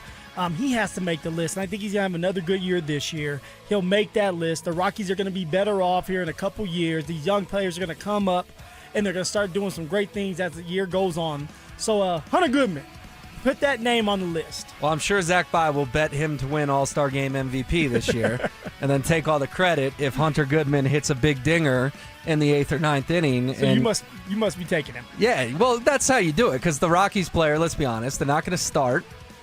Down 2-1, 8th inning, 2-run homer, MVP. That's how Elias Diaz cashed us all a couple of years ago in that All-Star game. Another Rockies note, they are taking on Team USA today, and an exhibition game before the World Baseball Classic starts later this week. USA beat the Giants 15-1 yesterday. Phil, a current check of the score. The Rockies were up 4-3. And Twitter was going nuts. Oh, my gosh, look at our Rockies. Going to beat back. Team USA. Team USA is now up 12-4 with traffic on the bases. This is going to end up looking pretty similar to 15-1. Yeah, I say it's going to end up being like 16-5. We might get one more. 16-5, but yeah, like Team USA's whooping that ass, and the Rockies are just taking it. But that's to be expected. I mean, there's like a clip already going viral. Kyle Freeland gave up a long home run today. It was off to Aaron Judge, right? Like, that's what Team USA is. They are absolutely stacked, absolutely loaded. And you know what? It's spring training, but the Rockies are just going to be outmatched, even if it's spring training, even if it's an exhibition. Team USA is stacked, and we certainly know that the Colorado Rockies are not. Well, and you know a lot of these pitchers that are on the mound, they're not going to be in the big leagues. You know that they're just sitting there, their arms. I mean, they're not going to be playing here soon. So, Team USA, they're going to take it out on them. Well, they just made it 13-4, so your prediction may come true. In the 45 seconds we spent on that, Team USA has scored another run. 1, 2, 3! All right, the Nuggets are signing 2022 first-round draft pick David Roddy to a two-way NBA deal out of the Raptors 905 in the G League. Sources tell ESPN, reported first by Shams Charania. Listen, man, David Roddy, that's going to be a name that a lot of folks know, and I'm excited because he was great at CSU. I mean, CSU has first-round picks. They're a basketball school, but it's not like they have a first-round pick every single year, and David Roddy was a first-round pick. Actually kind of flashed early in his NBA career. Hasn't really gotten the opportunities recently. What do you make of this homecoming that the Nuggets inked today? It's depth. Right? AG, you don't know necessarily when he's coming back. Peyton Watson, you don't know when he's coming back. You need some depth. we know that the Nuggets signed KJ Simpson to a two-way deal as well. So he was from CU. They have a CSU partner. So that's all they're doing. They're trying to get past this regular season or get through the regular season and get ready for the postseason. I'm not looking too much into it. No, I don't think David Roddy's in your playoff rotation. No. But he may help you get the 3 seed, which I think we all agree is pretty important. I think the Nuggets need to be the 2 or the 3. I got news for folks. They're not going to be the 2. They're not going to catch the Spurs. Because if you're the 4 or the 5, Phil, you got to play OKC in round 2. So I think the 3 is where they want to get.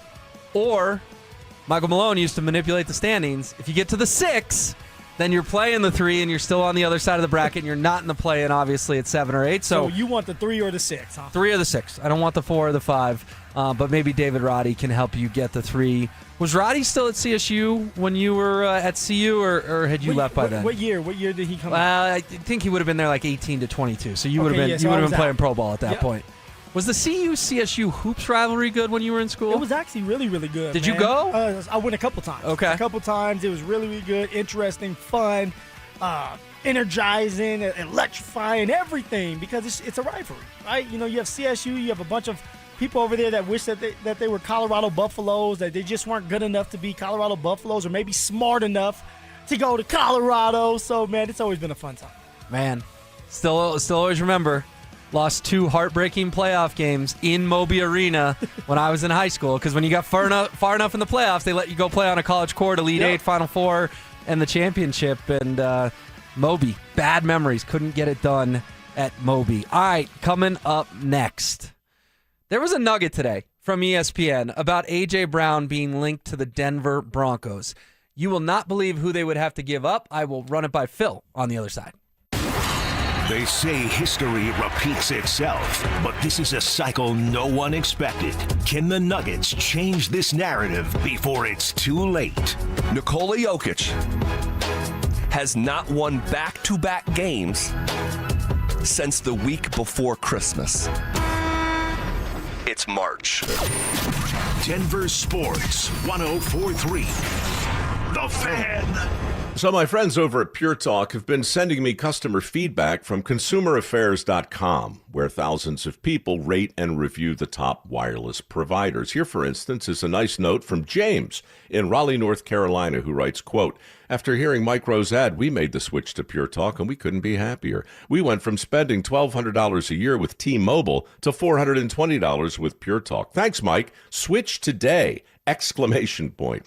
Pure Talk is saving James $820 a year. And because he literally wrote the words switch today in capital letters with an exclamation point, I'm going to go ahead and dedicate this commercial to him. So folks, take it from James in Raleigh, North Carolina. Pure Talk can give you unlimited talk, text, and plenty of data for just $25 a month on the same 5G service the big guys are overcharging you for. Just dial pound 250, say Mike Rowe. You'll also save 50% off your first month. That's pound 250 to save an additional 50%. Thanks, James. Zach By here for 5280 Exteriors. Guys, we've had the driest winter in decades. Protect your home with fire-resistant, non-combustible, low-maintenance upgrades built to handle Colorado's extreme weather. 5280 Exteriors, the altitude of quality. Jacob's Law and 303 Law 4040, the husband and wife law firm where you don't get passed around to a law clerk or some call center overseas. You always get to meet directly with me and my lovely wife, Kimberly. Go ahead, save that number in your phone. You never know when you're going to need it. It's 303 Law 4040. At Belco Credit Union, we want to make your dream renovation a reality.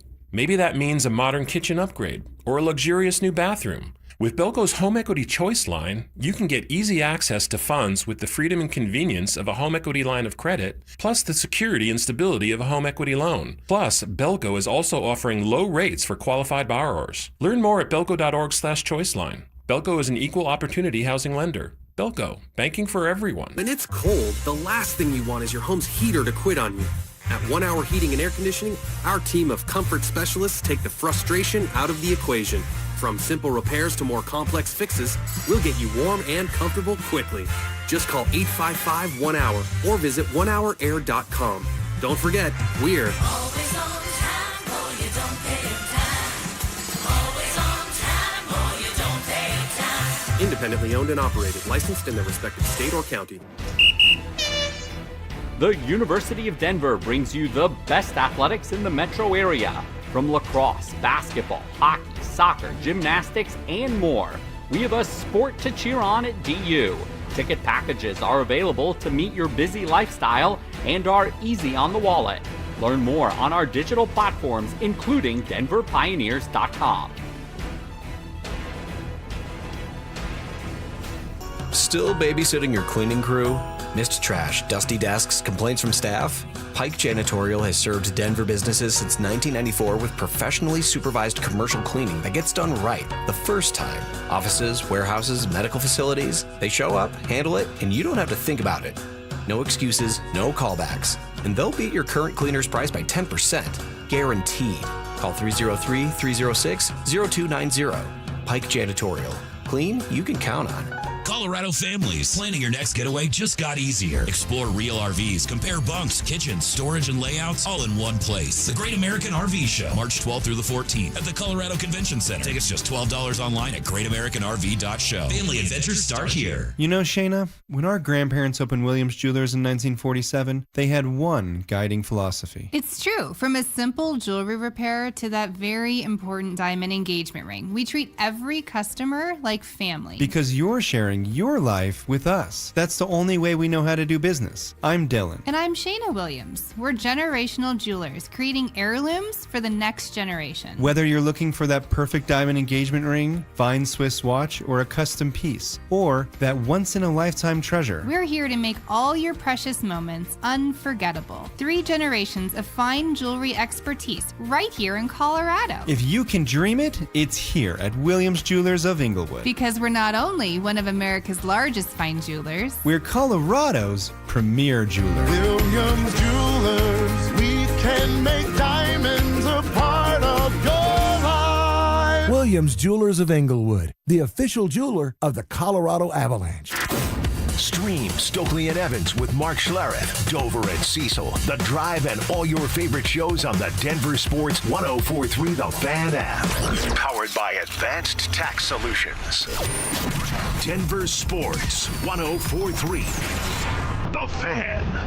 Denver Sports 104.3 The Fan presents The Drive with Zach By and Phillip Lindsay.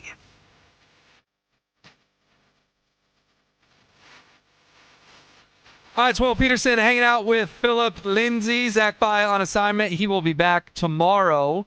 Want to get into this Cortland Sutton, A.J. Brown thing that has been floated on the interwebs today. But quickly, Derek Cates, you could be headed to Las Vegas for the biggest pro wrestling event in the world, thanks to 303 Law 4040. Call us back within the next 10 minutes at 303-713-1043 to be entered into our drawing for the Superfan Send-Off Grand Prize.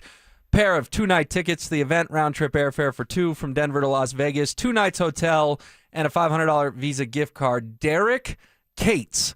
Call us now, 303-713-1043. And remember, if you haven't already signed up, still time. Head to DenverSports.com/superfan and make sure to listen weekdays every hour between 6 a.m. and 6 p.m. to hear if your name is called. All right, Phil. Very interesting from Jeremy Fowler on a potential A.J. Brown move today. He said, quote, some around the league believe Howie Roseman could target a veteran receiver as part of any trade package for A.J. Brown, or if Denver wants to entertain a Brown for Cortland Sutton swap. How would you feel about the Broncos trading your guy, Cortland Sutton, for A.J. Brown? My guy. Your boy. Oh, well, he's all our boys. I mean, you know the guy. I've met him in passing, but I don't know him like you do. I mean, look, Cortland Sutton has been here for a very long time now.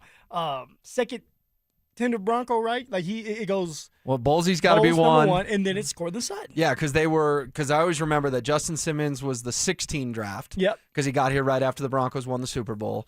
Bolsey was the 17 draft, and Cortland Sutton was the 18 draft. Yeah, so he's been here for a very long time. He's all of our guys. Cortland Sutton is a receiver one for the Denver Broncos, and I know a lot of people out there, some are on board with it, and some don't like it.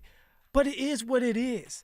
And so you bring up A.J. Brown and bringing him here, I would love to have A.J. Brown. Now, there's a lot of people that don't want A.J. Brown. They think he's a cancer. They think that he's not a good locker room guy. I think he's misunderstood. He needs a change of scenery, and why not add another guy that can help you win a Super Bowl that has already been there, a big body receiver that Sean Payton loves his big body receivers. Now, notice I said add. I don't want to subtract one of our guys that's already on the team, and that's Courtland Sutton, who, by the way, when you look at the stats of A.J. Brown this year and Courtland Sutton, they're almost identical. I want to say Courtland did a little bit better than A.J. Brown. Now, A.J. Brown missed a couple games where Courtland Sutton was able to play in them, but also Courtland Sutton wasn't targeted in a couple games as well, so it kind of evens out. So I want both of them on the team. I do not want to trade Courtland Sutton right now, who, by the way, is Bo Nix's safety blanket. Anything happens, he's going to Courtland Sutton. On third downs, Bo Nix is going to Courtland Sutton. So I do not want to make this trade, Will. I am not happy if Courtland Sutton is out the door for A.J. Brown. Now, can we give up a draft pick and maybe somebody else, Riley Moss, to acquire A.J. Brown, and now you have A.J. Brown and Courtland Sutton to go with Marvin Mims, Troy Franklin, and Pat Bryant? I mean, man, we cooking with something now. But I do not want to give up Courtland Sutton for A.J. Brown because Courtland has been here for a very long time. He's been a reliable target. Now, I understand he had a bunch of drops this year. He needs to clean that up.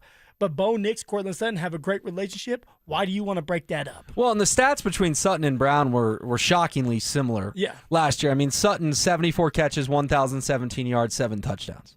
A.J. Brown, 78 catches, 1,003 yards, 7 touchdowns.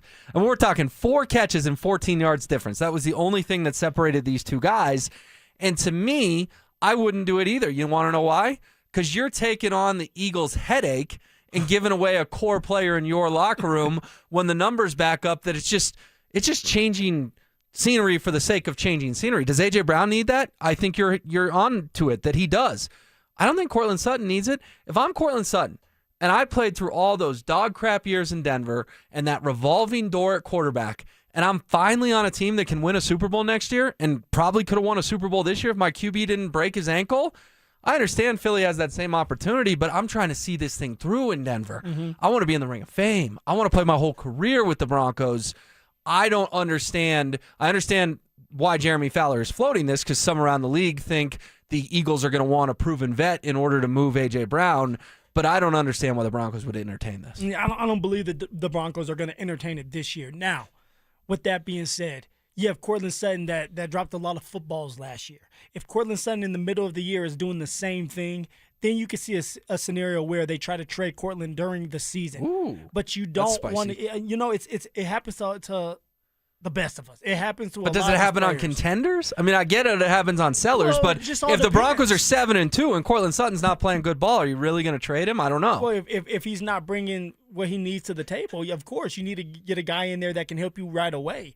I believe that Courtland Sutton's going to have a really good year. One, Bo Nix is going to be back. He's going to be healthy, and that's his number one target. Number two, you're going to have a run game. So now there's going to be more balance. So now a defense is not going to just stack Courtland Sutton or double-team Courtland. They're going to have to bring a guy in the box to respect the run, and now Courtland's going to have those one-on-one opportunities on the outside. Now, if you want to bring in another vet to help him out, like a A.J. Brown, and I said, hey, maybe you give up a second in Riley Moss and you get something else in return, then let's do that. The more the merrier for Bo Nix. This is Bo Nix's year, right? Year 3 with more weapons around him. That's what we've been asking for, right? More weapons. We're going to go get a running back. You can go get someone like A.J. Brown, Courtland Sutton. I mean, hey, this is championship or bust type of moves that you would be making. Okay, but real quick, you would do Riley Moss in a second for A.J. Brown?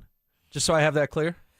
If I have Riley, I would probably do Riley and try to get him for like a third. I'm not just going to give up a second. But if I had to. But the package is Denver sends Riley in a second to Philadelphia for A.J. Brown. You're George Payton, you Sean Payton. You saying yes to that? Yeah. I would say yes to that too. It's now. It's now or never kind of mindset, right? And you just move Jahdae Barron to the outside? Move Jahdae Barron. You have Jaquan McMillan, and if you want to sign him, extend him because he's on this tender, you can do that. Right, and he's not going anywhere. They placed a second-round tender on him, almost assuredly playing for the Broncos next year. Yeah, so like you would be doing some movement, some moving there, but also you're adding another weapon offensively, and offensively is where we have to be. We have to go into the draft. We need to go get another tight end to go with Evan Ingram because Evan Ingram's not going anywhere because of the contract.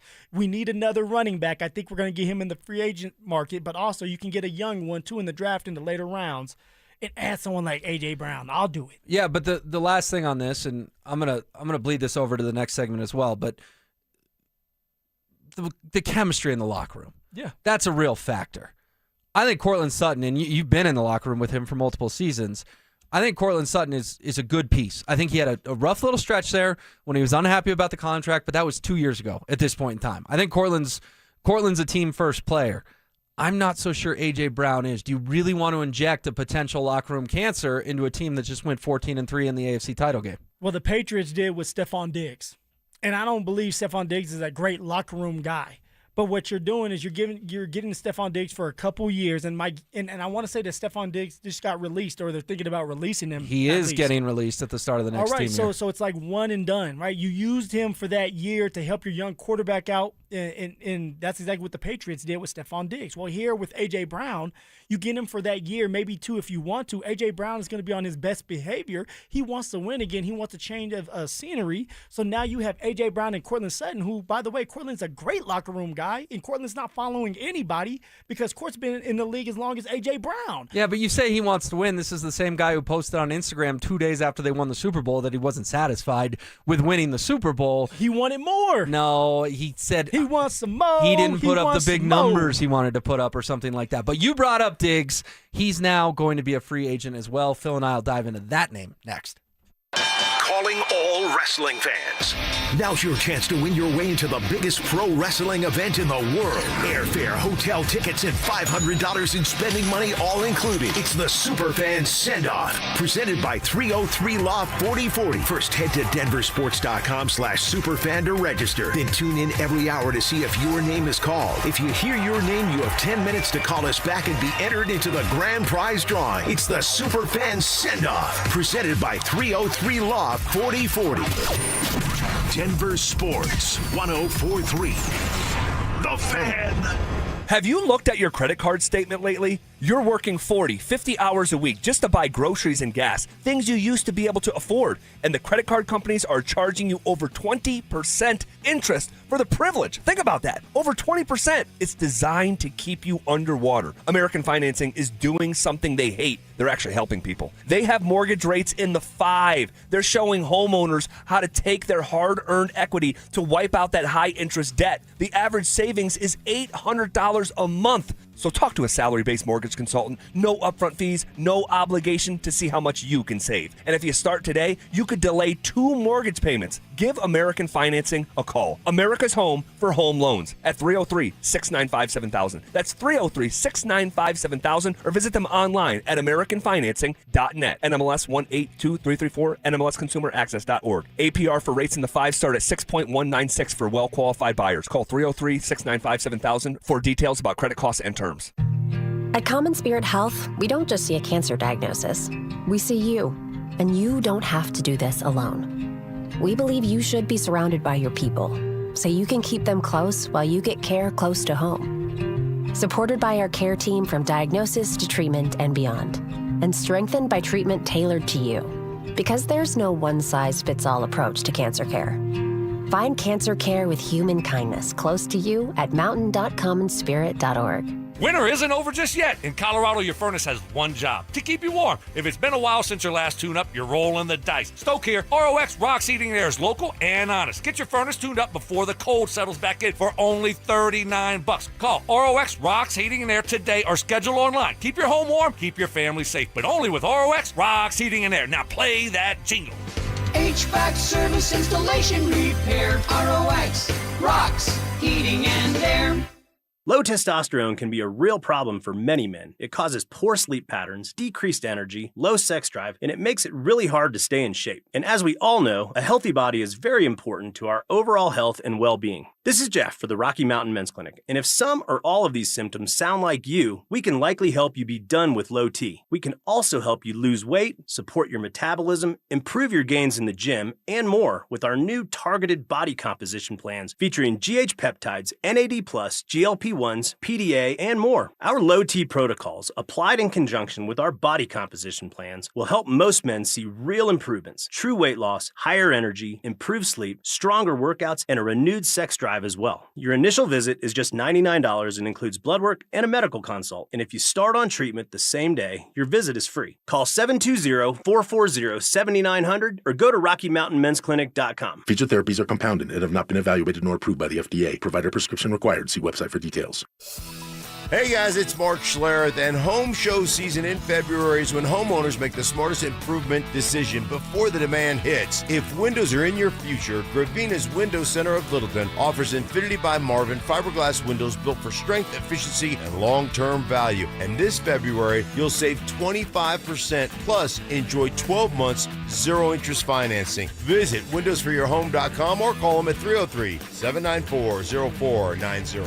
When the Nuggets are knocking down threes, you score too. If Denver hits 15 or more three-pointers, you score a free 28-ounce Gatorade Lower Sugar the very next day at your friendly King Soopers. Gatorade Lower Sugar is scientifically formulated with Gatorade's #1 proven electrolyte blend and has 75% less sugar than Gatorade Thirst Quencher and no artificial flavors, sweeteners, or colors. Big shots deserve next-level hydration. Only at King Soopers.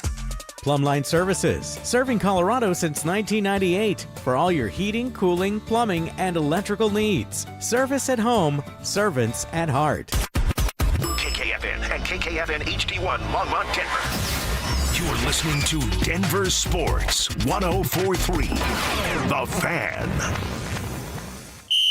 Denver Sports Snapshot. Tonight on ESPN Denver 1600, CSU basketball faces New Mexico with pregame starting at 7:30. Presented by Gebhardt BMW, your trusted family dealer since 1975. You're listening to The Drive with Zach By and Phillip Lindsay on Denver Sports 104.3 The Fan. All right, we are halfway home on a Wednesday. It's Will Peterson hanging out with Phillip Lindsay. Zach, back tomorrow. I'm not that bad, right, Will? No, you're great, brother. I'm a great hang. First 2 hours flew by. Next two will as well. Got a lot going on in the NFL, NHL. Trade deadline is heating up. NBA. There was some Nuggets news today. We'll cover it all over the next couple hours. Maybe sprinkle in a little Rockies as well. But I mentioned Diggs right before the break because the Patriots are going to release him after just one season in New England. And we know there's some legal trouble going on, but they informed him he will be released at the start of the 2026 league year next week. And his salary cap charge was set to rise from $10.5 million to $26.5 million, which was the catalyst for the move. I think there was some distractions and legal stuff, but also it's an extra $16 million that New England's thinking they don't want to pay. So if you're in on A.J. Brown, are you also in on Stephon Diggs? See, I think this is where I have to say no to Stephon Diggs. One, Stephon Diggs is older than A.J. Brown. Now, Stephon Diggs did a great job of helping the Patriots out and helping the young quarterback out. But there were a lot of distractions off the field. There were a lot of distractions with the baby mamas, Cardi B. And by the way, Stephon Diggs and Cardi B, they're no longer a thing. They broke up right after the Super Bowl because Stephon Diggs, if I'm correct, brought his baby mama to the game. Ugh. So, it's messy right there. So if I'm the Denver Broncos, I would stay away from Stephon Diggs just because of what he brings with him truly. And he's getting older. He's aging. Whereas A.J. Brown, the only guy that I'm gonna take in no matter what would be someone like Tyreek Hill. And it's because of his speed. And he's better than Stephon Diggs, man. Okay, but you're moving the goalposts here a little bit, my guy. I got wheels under the goalposts. Okay, I'm but moving it a little bit. All three of those guys have character concerns. For sure. You're good with Brown and Tyreek, but you're not good with Diggs. Yes. Just because of the age? I mean, Tyreek's just as old as Stephon Diggs, if not older. But do you think that Tyreek Hill, when healthy, is better than Stephon Diggs?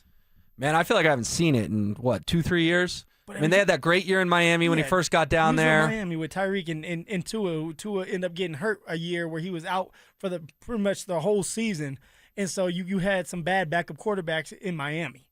Yeah, it just cracks me up that you're good with two and not with the other one. I would think, because all three are talented, right? Yeah. All three are talented. But my overwhelming gut on A.J. Brown is probably no. My gut on Tyreek Hill is definitely no. And my gut on Stephon Diggs is probably no. Like, seriously, I think I'm out on all three. I'm out on all on. three. Maybe Brown if you didn't have to give up Sutton. If you missed it last segment, that's the hot rumor from ESPN that the Eagles maybe want to swap veteran for veteran. Getting a lot of feedback on A.J. Brown on the RamosLaw.com text line 303-713-1043. Hate to tell you, Phil, but the texters are not really with you on wanting A.J. Brown here in Denver. I just think the Broncos this year had so much chemistry, and there was fairly little drama. There was drama after the season with the whole Sean Bowe predisposed thing, but it didn't feel like every week you and Zach were talking about drama. You were talking about football, which is what people want to hear about. They want to hear about their favorite football team, and when you go 14-3, you're not going to have drama. I just think if you insert any of those three in the locker room, and come week 8, they're not getting the targets they want to get, that's not a formula for success if there's pouting going on and stuff behind the scenes and Bo Nix getting pressured to throw to Stephon Diggs more or A.J. Brown more or whatever. Here's the thing, though. You're dealing with grown-ass men. Who can be divas. Yes, but nobody has to follow that diva. Now you have someone like Cortland. That's why I said I want both of them together. Cortland's not going to follow A.J. Brown. Cortland's not going to let A.J. Brown dictate how he feels, what he does. Cortland Sutton's a great locker room guy and actually may help A.J. Brown out saying, hey, look, man, cut the stuff. Let's get going. You're going to get your reps. You're going to get your catches, your targets. Let's do it for the team. This dude read a book on the sideline. It's a little bit different over there with Philadelphia and what's going on, because I think a lot of that not only did it have to do with Jalen Hurts, but it had to do with the head coach. I think when you have someone like A.J. Brown for the first year at least, he's going to be on his best behavior. And that's all you're looking for, just like the Patriots did with Stephon Diggs. Stephon Diggs was on his best behavior in the locker room on the football field. Now, off the football field, he was doing some crazy stuff. But allegedly. But on the football field, he was a good guy for the young quarterback. And that's all you're looking for, is a guy that can help a young quarterback out. He did have 85 receptions for 1,013 yards and 4 touchdowns in the regular season for New England. And during the postseason run, he had 14 catches, 110 yards, and a touchdown in those 4 playoff games. Listen, I think fans would be great with a splash at running back. I think they'd be really on board with a splash at tight end. We need a running back, and we need help at the tight end position. I think wide receiver's the one that's sort of, unless it's like blockbuster, unless you could go get a Justin Jefferson or a Jamar Chase or whatever, and that's just sort of living in fantasy land because they're not free agents. You'd have to make some huge, massive trade. I think Broncos country would probably, at this point in time with free agency here in just about 5 days, would put running back 1, tight end 2, receiver 3. And I think you have that list combined with the potential character issues with Hill, Diggs, and Brown that most fans would be a no on all 3 of those guys. You know what? I'm never going to tell a fan how to fan. Isn't that what Z always says? Zach Bauer always says that, and I love that he says that. I'm never going to tell a fan how to fan and how they feel. All I'm saying is the more, the merrier. You get a receiver like A.J. Brown, because I want A.J. Brown. Tyreek Hill, he's coming off a knee injury, a severe knee injury, and maybe even more than that. So, of course, I'm not excited to sign Tyreek Hill up. Now, if he passed the test and he's healthy and ready to go, why not have the speed? Speed kills in this league. Does he still have the speed, though? He just tore his knee up. We don't know if that guy's still going to be as fast as he was. He may not be as fast as he was, but he's still going to be faster than most. And that's what you're looking for as a receiver. We need to stretch the football field out. All right, if you don't go for a receiver, then you need to unlock Marvin Mims, which I'm fine with. If Davis Webb can unlock Marvin Mims and Evan Ingram, then let's go. That's what I'm looking for. But all I'm saying is if A.J. Brown's available, bring him in.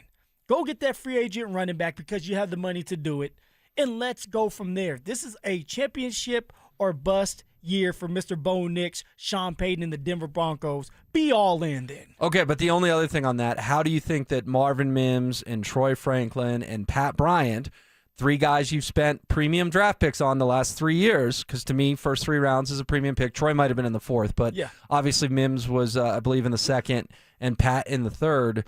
What message does it send to those 3 dudes if you go sign a Stephon Diggs or a Tyreek Hill or trade for an A.J. Brown? Be patient. Be patient. Patience? Marvin Mims going into his 4th year. Troy Franklin was still inconsistent. Now, he took a major step in the right direction, and I love me some Troy Franklin.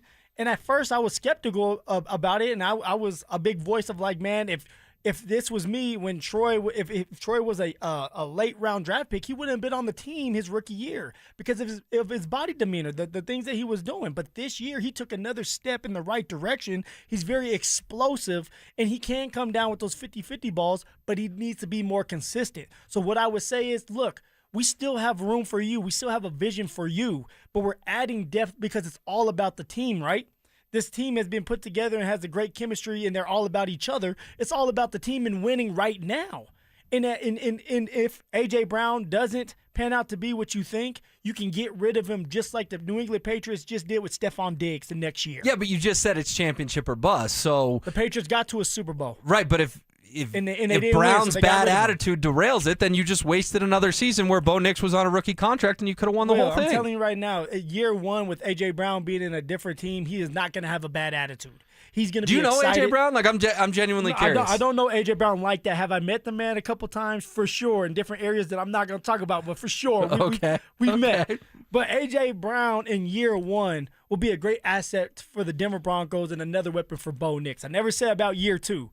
All right, you get to the Super Bowl and you lose, you may end up making a move like the Patriots did with Stephon Diggs and cut him or release him for that next year. Interesting. All right, we're going to have to circle back to that because the text line is on fire. I'm not trying to, just pat myself on the back, but a lot of fills. You're crazy wanting some of these guys here in Denver. Maybe it's the CTE. Maybe it is. maybe I'm not crazy. Here we go. I shouldn't laugh at CTE. It's a serious subject. It is. All right, coming up next is Jarrett Stidham on his way out of town. There was an interesting report earlier today about the Broncos' backup QB. Phil and I will dive into it. Follow us on YouTube, Instagram, and TikTok at Denver Sports 1043 to stay up to date on all your local teams. Denver Sports 1043. The Fan. Texting privacy policy and terms and conditions posted at textingterms.us. Texting enrolls you for recurring automated text marketing messages. Message and data rates may apply or play. Stop, opt out. Terms and conditions apply to the earnings promotion. Do you have caregiving experience as a parent, teacher, nanny, coach, or in another similar role? Hop Skip Drive is looking for experienced caregivers who want to help students in their community by driving them to and from school. Earn up to $50 per ride with Hop Skip Drive's welcome promotion, all while helping your community. If you have your own vehicle that is no more than 10 years old, a clean driving record, and at least 5 years of caregiving experience, you could become a Hop Skip Drive care driver. Just text ROAD to 323232 to get started right now. Hop Skip Drive gives you the flexibility to set your own schedule and earn competitive pay. It's simple. Drive in your free time and make a real difference for students right in your neighborhood. Don't wait. Text ROAD to 323232 right now. Text ROAD to 323232 and start earning up to $50 per ride during Hop Skip Drive's welcome promotion period. That's ROAD to 323232. Text ROAD to 323232 now. When you've been hit by an 18-wheeler, there's 3 things you need to do. First, call the police and get medical care. Second, don't talk to the insurance company alone. And third, call the truck crash lawyers at Berg Simpson Law Firm. Berg Simpson has 50 years of experience holding them accountable and over $50 million recovered after truck crashes. Call Berg Simpson today and let us fight for you so you can focus on healing. If you've been injured, call Berg Simpson for free now at 303-790-2525. BergSimpson.com. Good lawyers changing lives. High five! Up top! Dave's company just got the 5-year price lock guarantee from Comcast Business. Yeah! It's 5 years of gig speed internet, advanced security, and a great rate that won't change. All from the company with 99.9% network reliability. Heck yeah! He hasn't given this many high fives since Deborah brought in her famous banana bread. Yes! The Comcast Business 5-year price lock guarantee. Powering 5 years of savings, powering possibilities. And it's hurting, but I am not stopping. Woo! For a limited time, now through March 29th, switch to Comcast Business to lock in your rate for 5 years and get a $500 prepaid card on a qualifying gig bundle. Or ask how to get started with 150 megabit internet and Security Edge for $59.99 a month for 12 months with a 2-year agreement. Don't wait. Call today. Restrictions apply. New customers only. 1-year contract required for guaranteed rate. Paperless billing and automatic payments with bank account required. 5-year pricing applies to monthly service charge, excluding taxes and fees. You can't always predict what's next, but you can be ready for it in a BMW SUV. The performance-driven X1 comes built for every journey, while the X3's sporty design and innovative technology keep your drive connected. The X5 blends performance with a commanding presence, or make it even bigger with 3 rows of luxurious seating in the X7. For every road, there's an X built to drive it. BMW, the ultimate driving machine. Gebhardt BMW, your trusted family dealer since 1975. Colorado! Zach By here for 5280 Exteriors. Guys, we've had the driest winter in decades, over 50 years in some areas, and that means a higher wildfire risk. Now's the time to protect your home. 5280 Exteriors installs fire-resistant, non-combustible, low-maintenance upgrades built to handle Colorado's extreme weather. Choose James Hardy Siding, Timber Tech decking, and Pella Impervia fiberglass windows. Plus, get 60 months no-interest financing. 5280 Exteriors, the altitude of quality. Winter is in full swing, and Aleve is here to keep you moving. When the cold weather sets in, everyday aches and pains can linger, but Aleve's got your back. With up to 12 hours of body pain relief per dose, Aleve keeps you going with long-lasting body pain relief to get you through whatever the season brings. Chilly days or cozy nights, Aleve gives you that long-lasting body pain relief you can count on this winter. Try Aleve. Use as directed for minor aches and pains. Indeed presents hires you can't afford to get wrong, like a staff accountant at the height of tax season. Congrats, looks like the company owes, $50 in taxes. How about that? That seems low. Why only 50? Why do you care so much? It's not your money. This is the time for sponsored jobs. This is what happens when you don't sponsor your job on Indeed. Next time, get matched with quality candidates with Indeed sponsored jobs. Visit Indeed.com/hire now and sponsor your job today. This is a special alert to all Americans who own a vehicle with less than 200,000 miles with an auto warranty about to expire or with no warranty coverage at all. Due to a decline in the economy, CarShield is announcing a low-cost month-to-month vehicle protection plan that is now available to the public to save any driver out-of-pocket expenses on future auto repairs. Call now to find out how you can pay almost nothing for covered auto repairs. Yes, you heard that correctly. Pay almost nothing for covered auto repairs. An open phone line has been established for all drivers to call for a free quick quote. Call 800-292-4541 now. Drivers who are covered will not have to pay for covered repairs again. This protection plan is at an all-time low. Additionally, drivers who activate this vehicle protection today will also receive free roadside assistance, free towing, and car rental options at no additional cost. Call us for your free quick quote today. 800-292-4541. That's 800-292-4541. What do you have to lose? Call 800-292-4541. Again, 800-292-4541. SodaWeightLoss.com is state of the art, and SodaWeightLoss.com helped me lose 60 pounds a few years ago, and I've never gained the weight back. Why? I know how to eat, what to eat, and when to eat. I had a real nutritionist there to help me along the way through my journey. I joined Soda for a short time to have results that last a lifetime. Call them up, 1-866-800-SODA. You want to lose that weight? 1-866-800-SODA. Online at SodaWeightLoss.com. They are there for you like they were there for me. It's SodaWeightLoss.com. Soda Weight Loss is state of the art. Follow us on YouTube, Instagram, and TikTok at Denver Sports 1043 to stay up to date on all your local teams. Denver Sports 1043. The Fan. It's The Drive with Zach By and Phillip Lindsay on Denver Sports 1043 The Fan.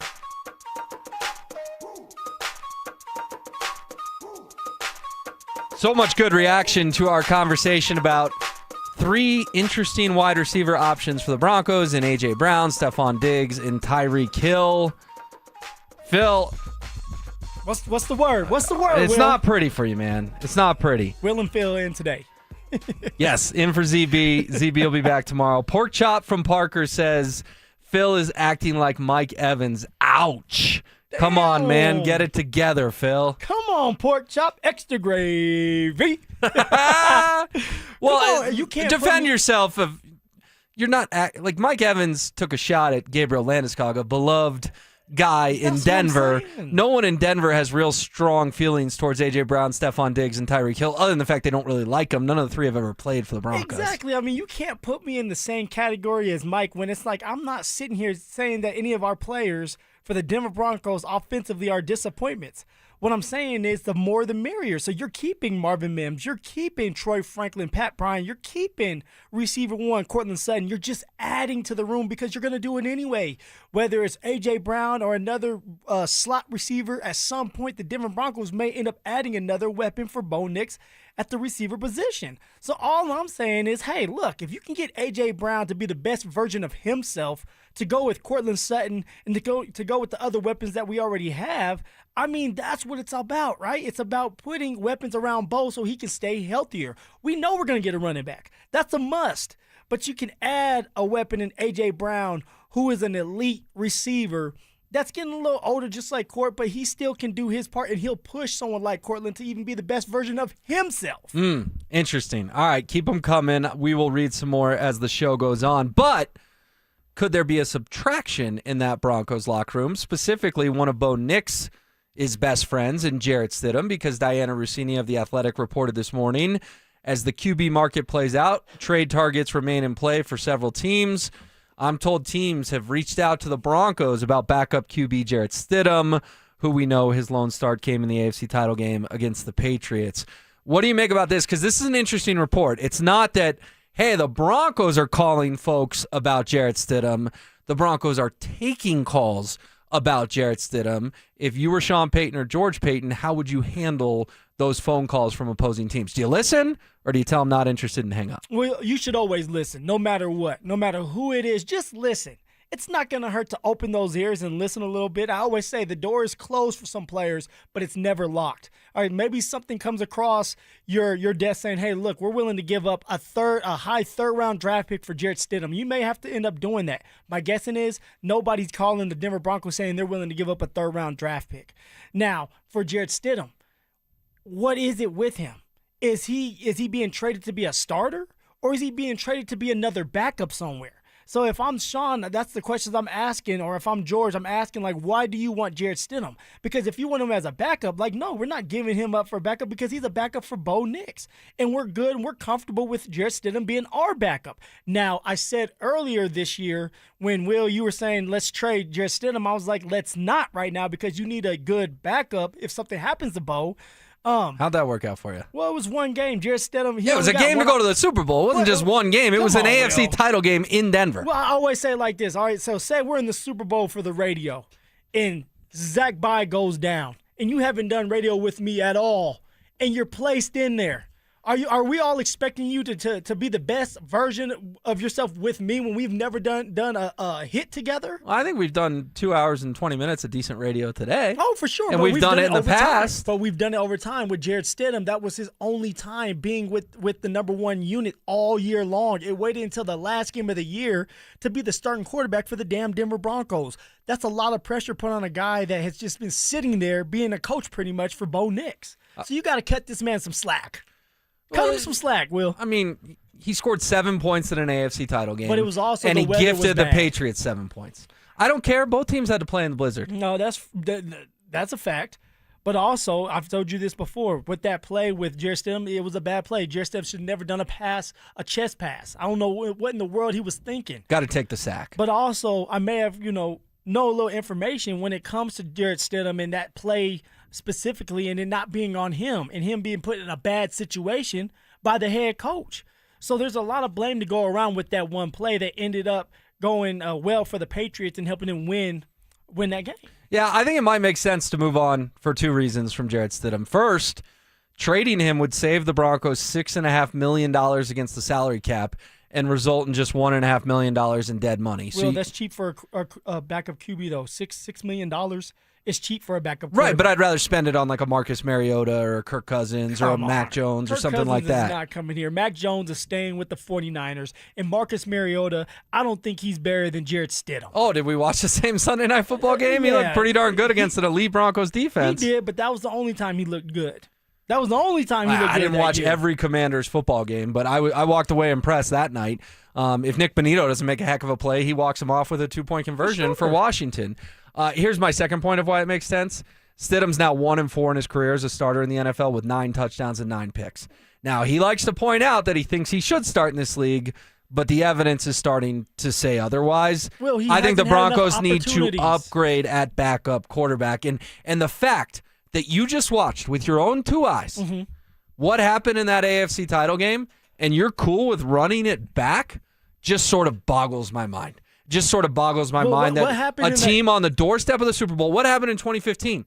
Peyton Manning got hurt. Brock Osweiler not only kept the ship afloat, he went 5-2 filling in for Peyton Manning. They had the best defense in the league. This defense was in the top 3. Guess what? They leaned on the run game. They leaned on the run game, and the run game was able to take them far. All right, C.J. Anderson had a walk-off touchdown in the New England Patriots game, or was it the Bengals? No, it was the Patriots. In the snow. In the snow. Look, C.J. Anderson could play in a blizzard, but your boy Jarrett Stidham gets a free pass for that. Hold up, C.J. Anderson's a running back. So you're running the ball. Brock played fine that night. Brock was a manager, right? He's a game manager. That's exactly what we wanted somebody like Jarrett Stidham to be, a game manager. In order to be a game manager, you have to be able to rely on your run game. R.J. Harvey was not it this year when it came to being a bell cow back. So we want to put all the pressure on Stidham when we should be putting pressure on the Denver offense to be better in the run game consistently all year long.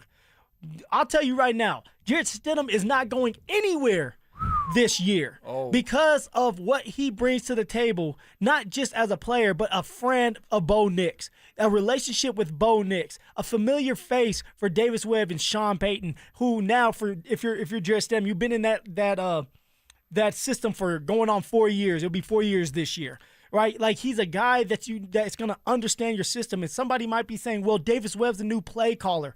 Yes, but there's going to still be a familiar system, right? It's going to be a similar system with tweaks. And you want a quarterback that you can put under center and say, you know what you need to do. Now, for Jarrett Stidham, he needs more reps.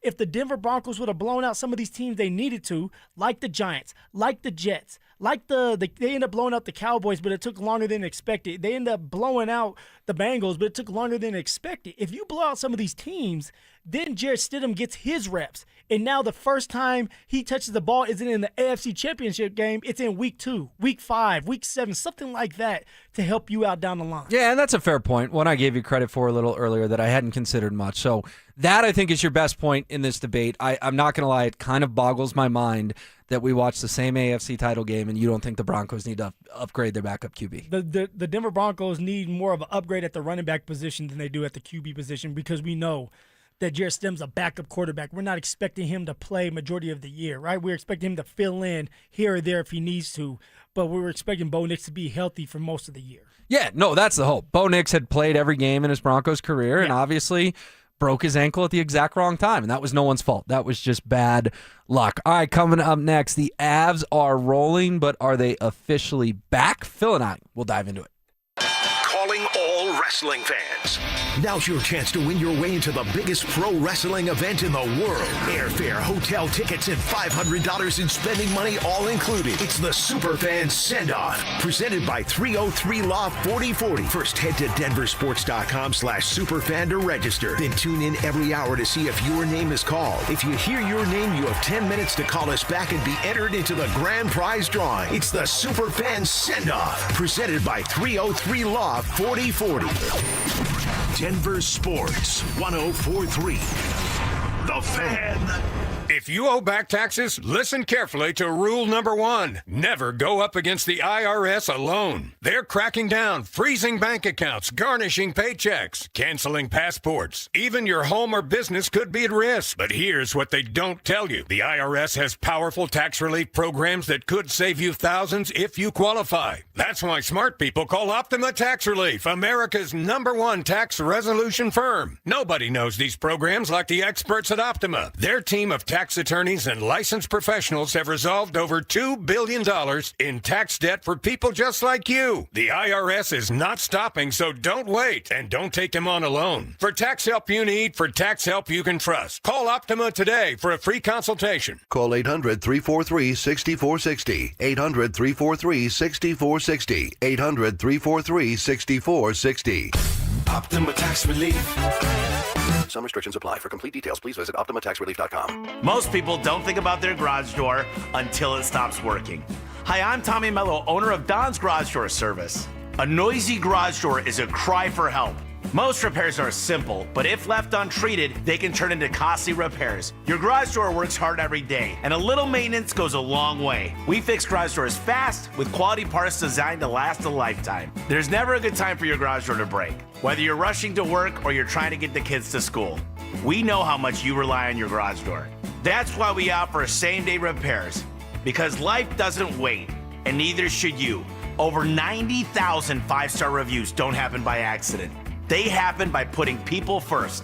Fixing your garage door is what we do, but making your life easier and your home safer is why we do it. Families trust us because we deliver, and we'd be honored to earn your trust too. From repairs to upgrades, call Don's Garage Door Service today. Free barbecue? Yep, absolutely free barbecue.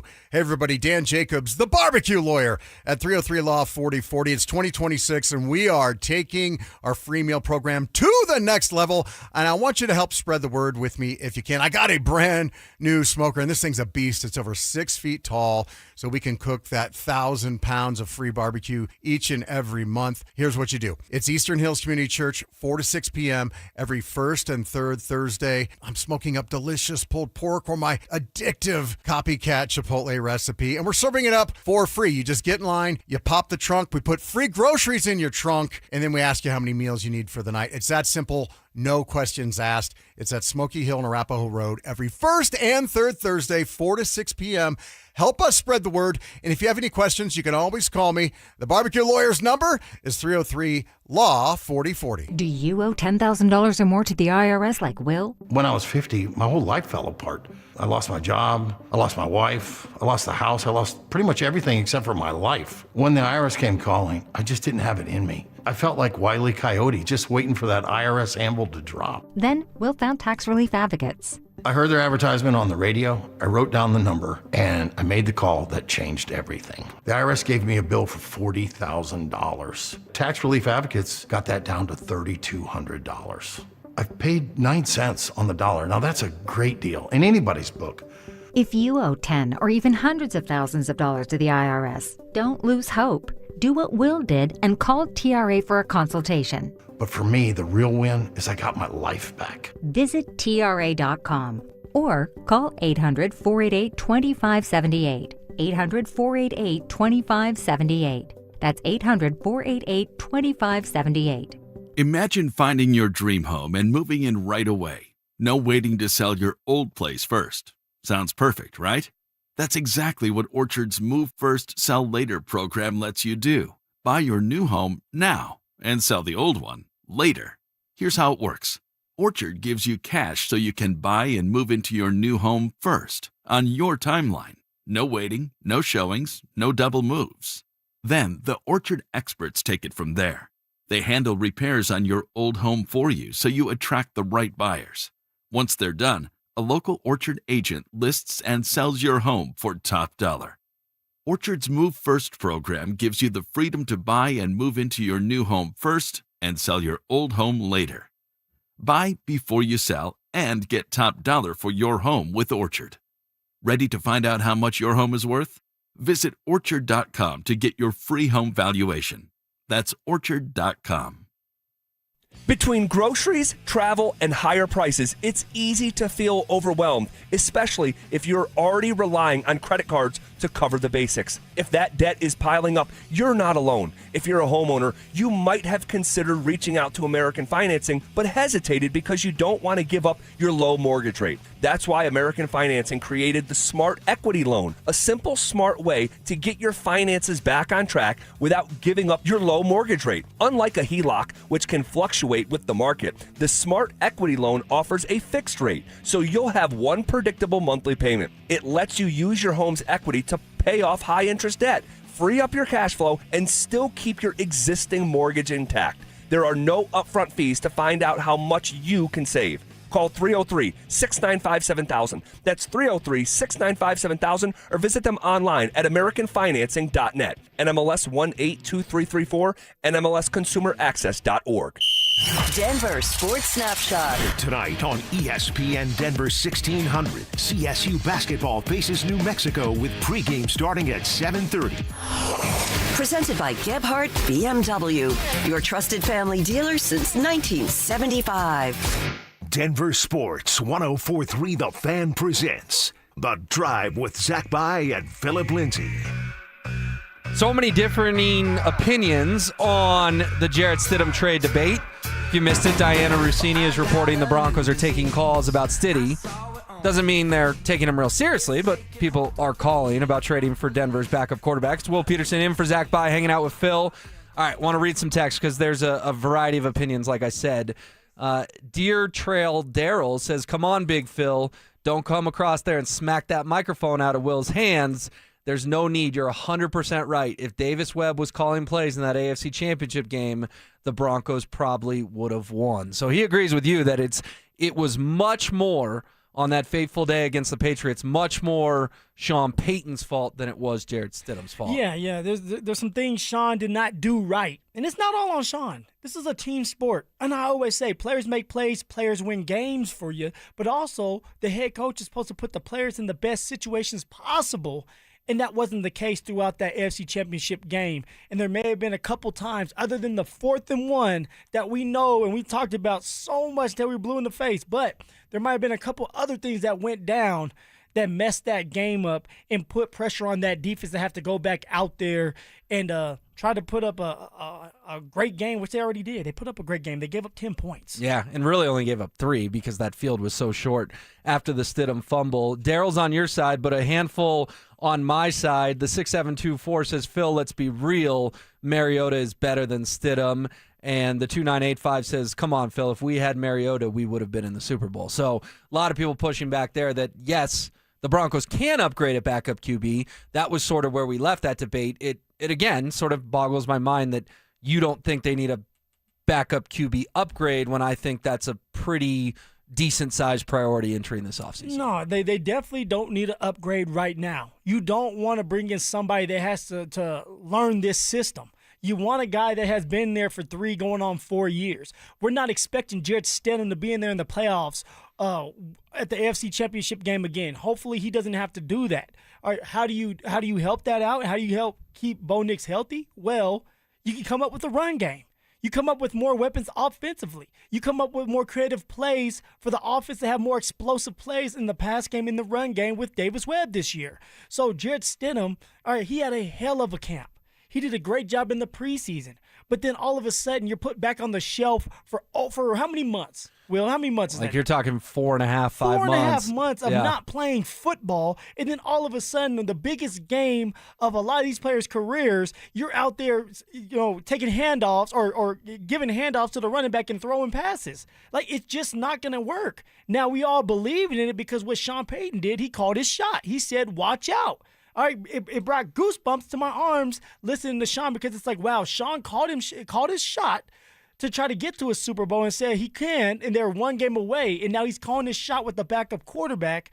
Let's listen to this man. It didn't end up working out for different reasons, but Jarrett Stidham is the guy for the job as a backup quarterback. That's what I look at him as. I'm not saying he's a starter, but he's a good backup that has been in this system that you're comfortable with. Well, we're going to have to agree to disagree on that one, but I promised some Avs, so let's get to that right now. Let's get to the Avs. They are rolling, but are they officially back? Coming off the Olympic break, the Avs are 4-1 in 5 games across 4 cities. They've got 3 road wins against playoff caliber teams. What does this say about their ceiling heading into the trade deadline, Phil, as we're creeping closer and closer? It's on Friday at 1 o'clock our time. Do you think that because they've come out so well after the Olympic break that Chris McFarland is going to be less tempted to do something? Or do you think because Arturi Lehkonen is now injured that he's more likely to pull the trigger on a trade here in the next couple of days? Well, first off, the Avs aren't back. They have never left. The Avs have been dominant this whole season. They've won 41 games.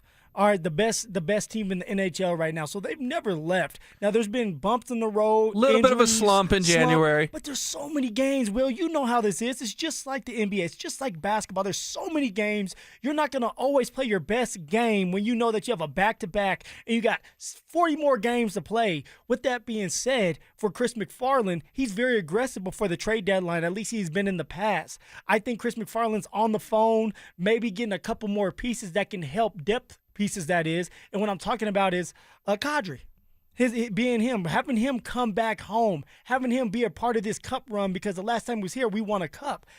Adding that depth at the number 3 center, that's what you're looking for. Adding more physicality, because one thing I would say about this team is, and we're talking about the Avalanche, the Colorado Avalanche at times can be more aggressive, more physical. You add someone like Kadri in there, you are going to be a little bit more physical. You're going to be more consistently physical, and that's what I'm looking for once the postseason comes rolling around against Dallas or the Wild. You're looking for that physicality. Yeah, and he can add a little nasty for sure. Nazem Kadri never backed down from anyone. You think about, he ticked off Jordan Binnington so much in the series against the Blues in 2022 that, remember, Binnington threw a water bottle at him while he was live on TNT. And then, obviously, Blues fans took it way, way, way too far with, racist threats and all that kind of stuff. No place for that in hockey whatsoever. No place for that in the world. And what did Kadri do? He scored a hat trick, right? And he told St. Louis, deuces, see you guys later. I'll put a hat trick up and help send you home in a series that was obviously really competitive, but the Avs won in 6. Got that memorable winner from Darren Helm in Game 6. And then in the Stanley Cup Final, you're up 2-1 on Tampa Bay, but if they win Game 4, that series is tied 2-2. Who knows what happens? He gets the overtime game winner down there against the Lightning on a play where none of us knew where the puck was, but it was tucked under the crossbar in the back of the net. Avs go up 3-1 in the series, eventually win it in 6. I would love to bring Nazem Kadri home, man. Some experience, right? Playoff experience and just beloved. I mean, the trade deadline's Friday. So if he gets traded, he's either making his Avs re-debut on Friday night in Dallas or more likely on Sunday here against Minnesota. Can you imagine the atmosphere at Ball Arena if Nazem Kadri gets reintroduced as a starter on the Jumbotron? I've been in that building for a lot of big moments. And when Gabe came back last year, it was the loudest I ever heard it. And it's not going to be louder than that because it's Gabe, it's the captain, he's beloved.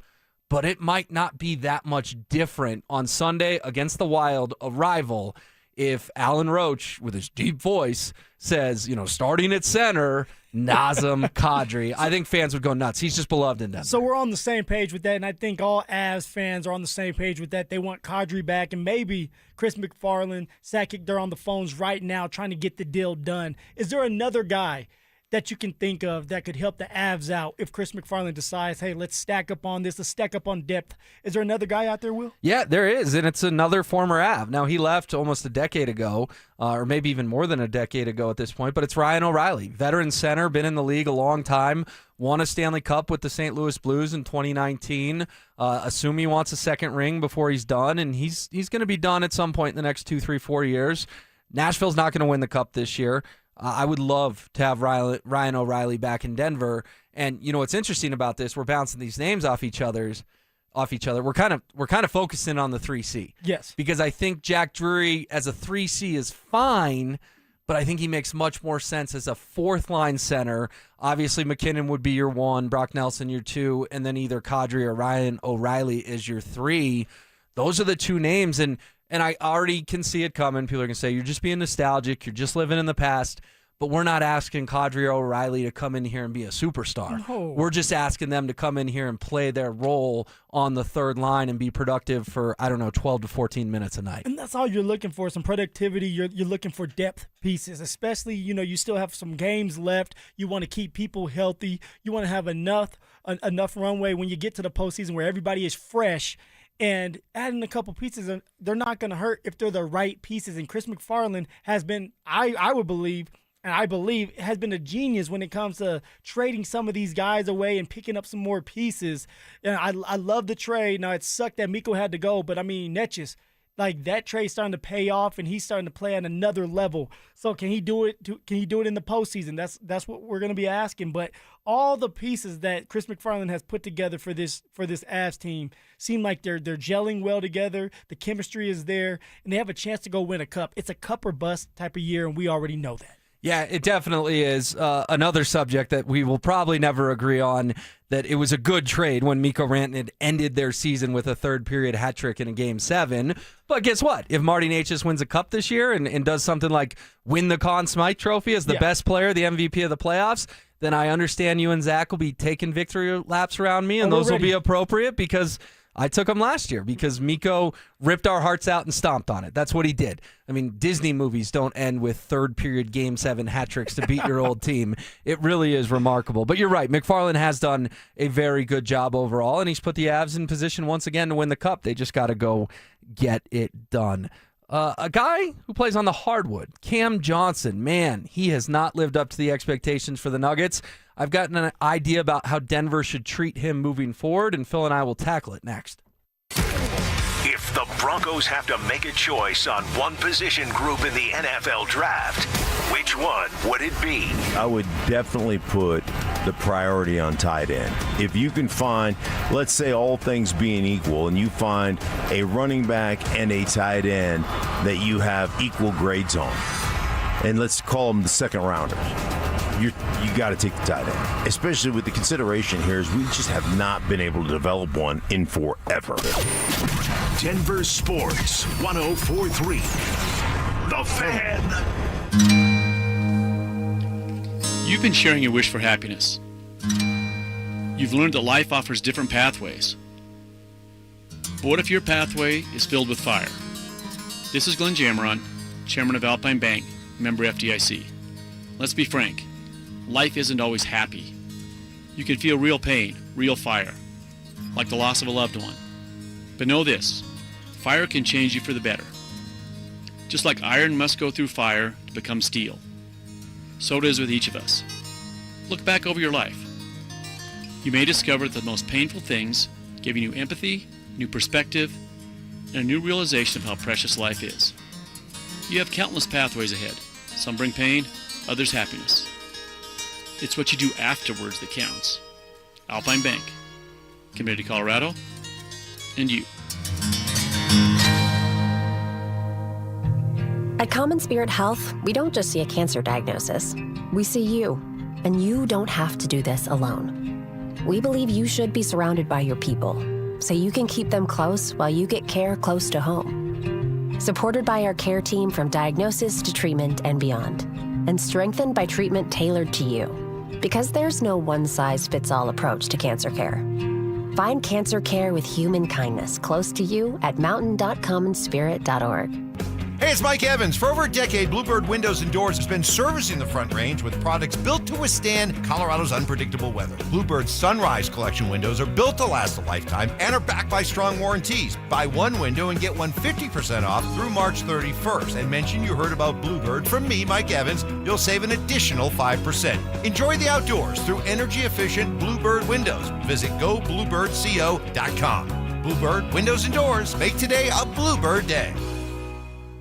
Jacob's Law and 303 Law 4040, the husband and wife law firm where you don't get passed around to a law clerk or some call center overseas. You always get to meet directly with me and my lovely wife, Kimberly. Go ahead, save that number in your phone. You never know when you're going to need it. It's 303 Law 4040. Sex, intimacy, love. These three things are critical to a good relationship. And that's the problem with erectile dysfunction. It often destroys sexual enjoyment and intimacy. It stresses the love between partners, often to the breaking point. This is Jeff for the Rocky Mountain Men's Clinic, and if you're suffering with ED, you likely know exactly what I'm talking about. But I also want you to know that ED doesn't have to impact your relationship anymore. At the Rocky Mountain Men's Clinic, we're ED experts with our focus on men's sexual health. We've treated tens of thousands of men and have treatments that are effective in well over 90% of cases. I promise you, if you're like most guys, you can get your sex life back, perhaps even performing like you haven't in years. So if ED is affecting you, it's time to get back to better sex, better intimacy, and deeper love. Call us. Just $99 gets you blood work, a medical consult, and if medically advised, a test dose. And if that test dose doesn't work in the office, your visit is free. Call 720-440-7900 or go to RockyMountainMen'sClinic.com. Texting privacy policy and terms and conditions posted at textingterms.us. Texting enrolls you for recurring automated text marketing messages. Message and data rates may apply. Replace stop, opt out. Terms and conditions apply to the earnings promotion. Do you have caregiving experience as a parent, teacher, nanny, coach, or in another similar role? Hop Skip Drive is looking for experienced caregivers who want to help students in their community by driving them to and from school. Earn up to $50 per ride with Hop Skip Drive's welcome promotion, all while helping your community. If you have your own vehicle that is no more than 10 years old, a clean driving record, and at least 5 years of caregiving experience, you could become a Hop Skip Drive care driver. Just text ROAD to 323232 to get started right now. Hop Skip Drive gives you the flexibility to set your own schedule and earn competitive pay. It's simple. Drive in your free time and make a real difference for students right in your neighborhood. Don't wait. Text ROAD to 323232 right now. Text ROAD to 323232 and start earning up to $50 per ride during Hop Skip Drive's welcome promotion period. That's ROAD to 323232. Text ROAD to 323232 now. Hey, what's up? It's Zach here. And if you're looking for your new go-to spot in Centennial, the Basketball Social House is it. Award-winning food and drinks, an incredible weekend brunch, and a brand new sports bar entertainment space where you can catch every Colorado game. Even if you're not playing, it's a great hang. But if you are, their private basketball suites are unreal. Full court, lounge, music, TVs, the whole setup. And because you're hearing this from me, get half off your first private basketball suite rental. Just use code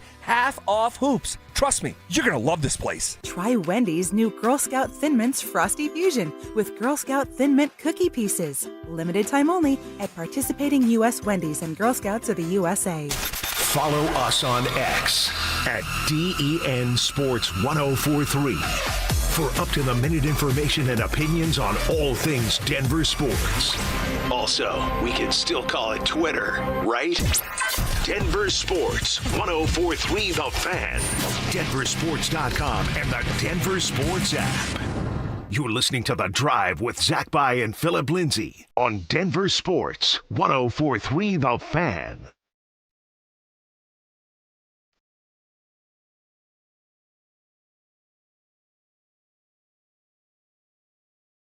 I've got a theory about Cam Johnson I want to run past Phillip Lindsay. It's Will Peterson in for Zach By today. But first, Brett Roundy, you could be heading to Las Vegas for the biggest pro wrestling event in the world, thanks to 303 Law 4040. Call us back within the next 10 minutes at 303-713-1043 to be entered into our drawing for the Superfan Send-Off Grand Prize, a pair of 2-night tickets to the event, round-trip airfare for 2 from Denver to Las Vegas, 2-night hotel stay, and a $500 Visa gift card. Brett Roundy. Call us now, 303-713-1043. And if you haven't already signed up, there's still time. Head to DenverSports.com/superfan and make sure to listen weekdays every hour between 6A and 6P to hear if your name is called. Phil, what do you think your guy Zach's doing at this very moment in time? Oh, man. Probably walking the beach, throwing seashells back in the sea. He's only missing one day. How'd he get to a beach? Because my man probably has a private jet. You know Z rides deep. He has that money. He has big pockets. So he's probably doing some fun stuff. Maybe a golf club in one hand and a pina colada in the other one. Ooh, who knows? I like it. Well, he'll be back with you tomorrow, and maybe you can have this conversation with him because I've been waiting for this all day. We haven't done it yet.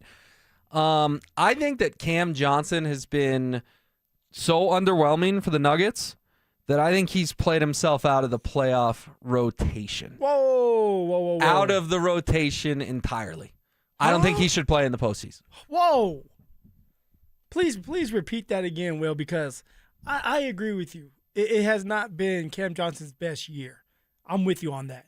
But you just got done saying out of the rotation when it comes to the playoffs. Yeah, because let's look at it. In the playoffs, you're going to go 8, 9, or maybe 10 deep. Yes, right? You would like to. The Thunder sort of, I think in the past, coaches are like, I can only play 7, 7.5, 8 guys in the playoffs.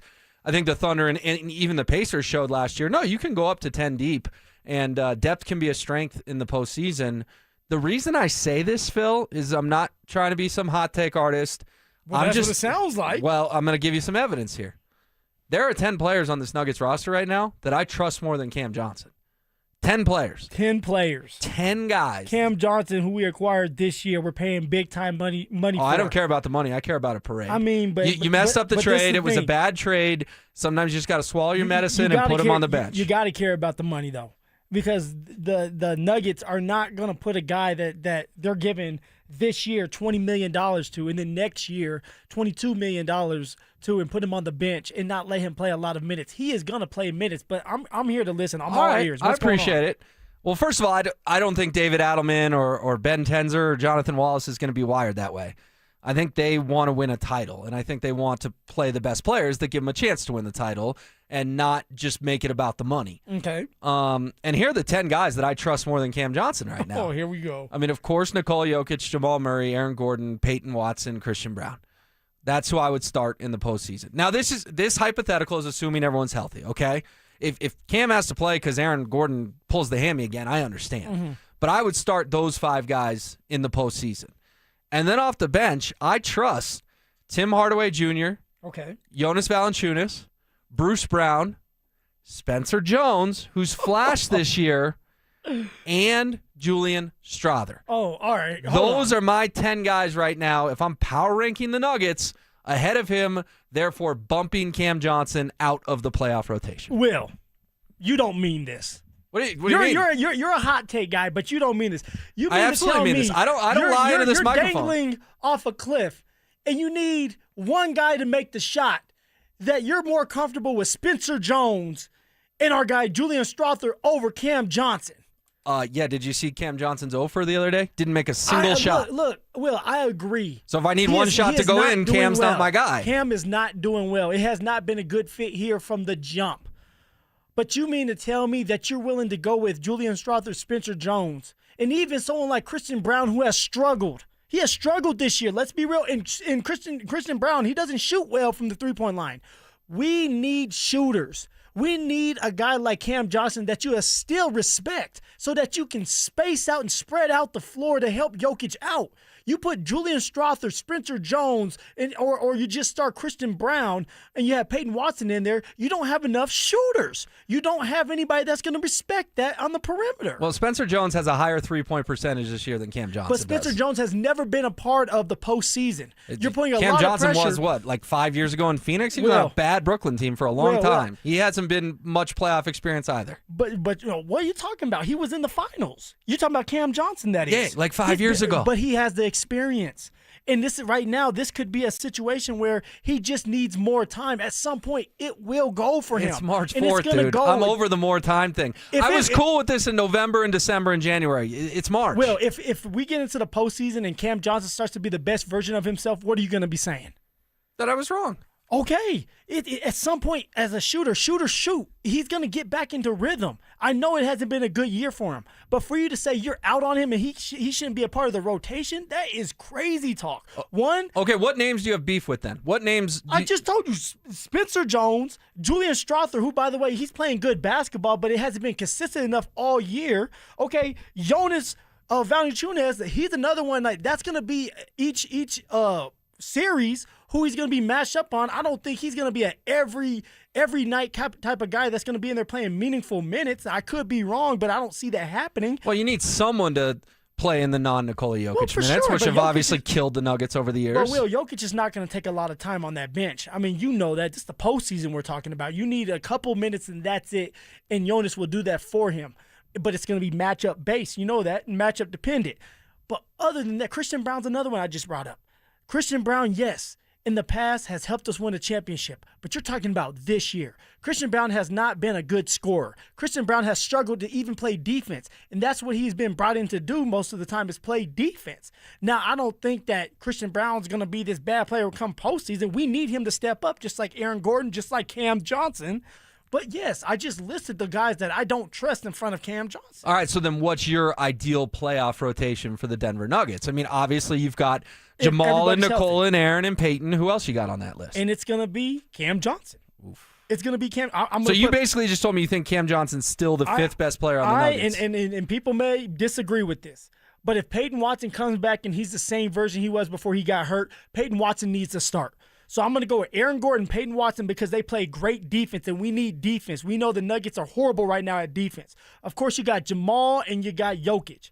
After that, you still need a shooter. Now, yes, Payton Watson has done a better job at shooting the ball, but you need a bona fide shooter that can shoot the three ball. So this is where I'm going to put Cam Johnson in the starting lineup. Christian Brown is not a good three-point shooter. And so, therefore, if anybody's sitting on the bench, it's Christian Brown coming off the bench. So you That's bring what I would CB do. back to his championship role, which was like sixth man. Yes. Interesting. We won a championship with him being there. Now, I don't know. I mean, you know, we got Dante in the back. Just Dante, how you feel about it? He's chomping at the bit to get in on this. I'm with Phil. I would do the same starting five. I'd have Cam Johnson start at the 2, Payton Watson at the 3, Gordon at the 4, Jokic at the 5. I think that you run into some issues spacing-wise if Cam Johnson's not out there and you start CB at the 2, which we saw the last 2 postseasons where these defenses can really huddle around the paint and muddy it up, make it difficult for Jokic and some of these other guys. You need somebody that can go out there and consistently hit threes.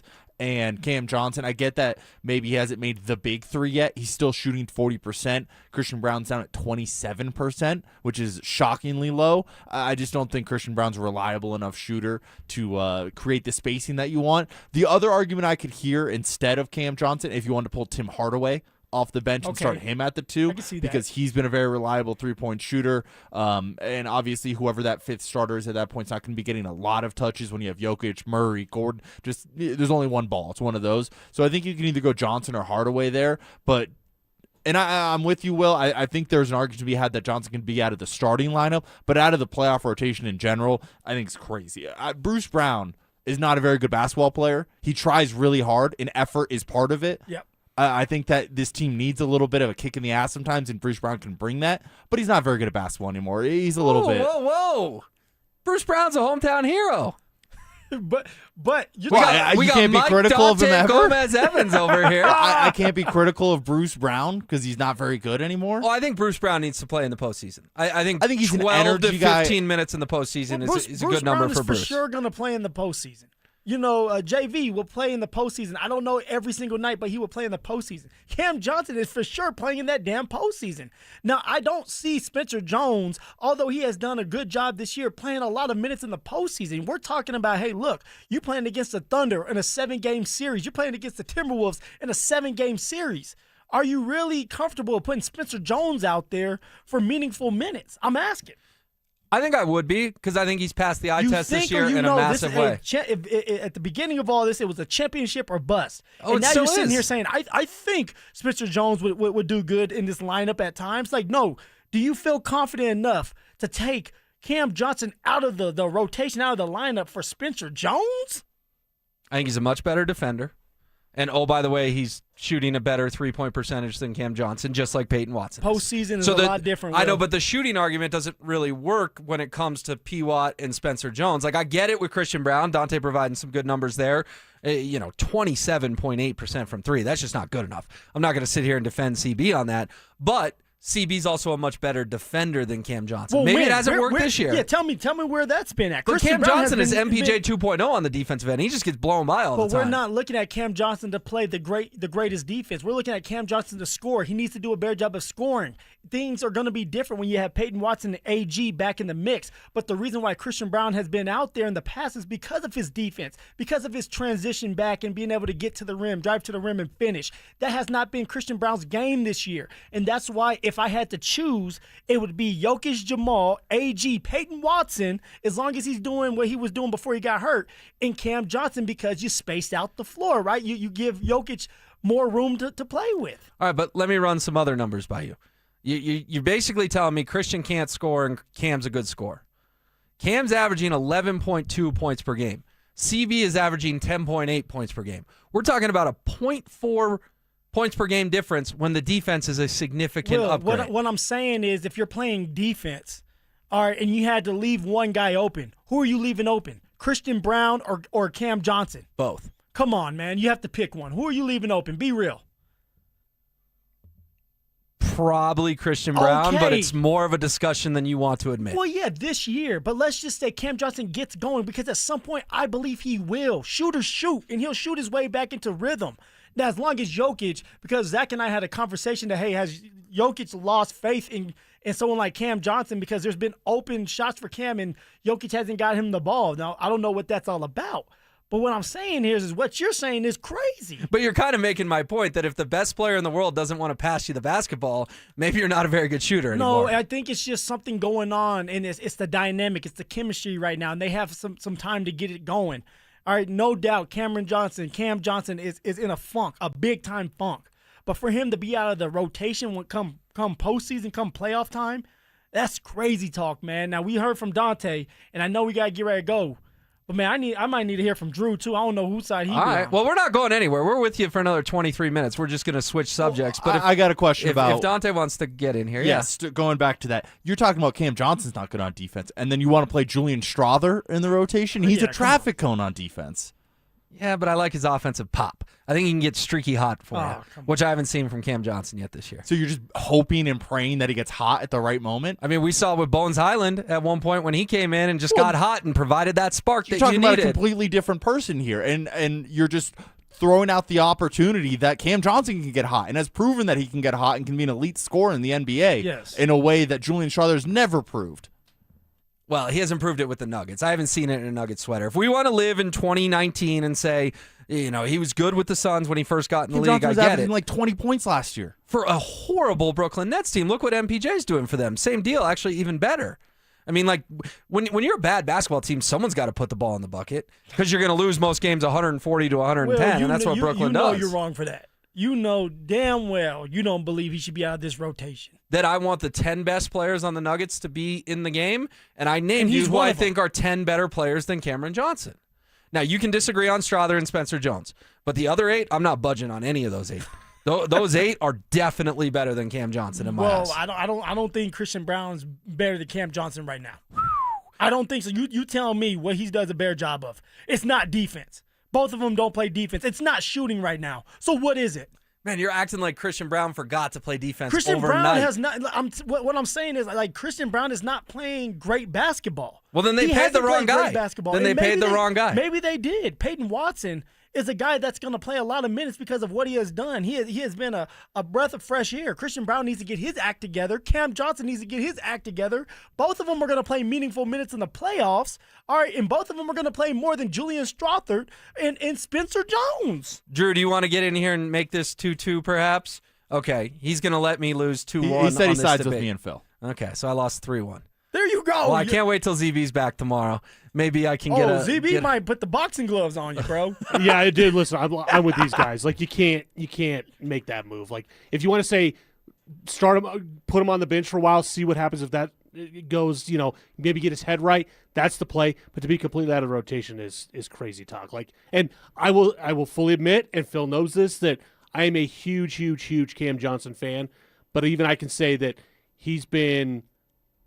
can I say wildly disappointing this year? Yeah, he just has. Like, that's the reality. Like, he's got to be better. And I think he will be better. He's too smart and too good of a basketball player not to figure this thing out at some point. I got one more point for you, Will. Sure. As far as Christian Brown goes, a lot of what he does is athleticism, running the floor. That's what Peyton Watson and Aaron Gordon are out there to do. You can't have 4 guys running the floor, diving to the basket. It just doesn't work that way. You need a shooter out there, so it can't be Brown. Strother's not good on defense. Bruce Brown's not a shooter either. So to me, it's just Cam Johnson has to be in the rotation. All right, sounds good. This is KKFN and KKFN HD1 Longmont, Denver.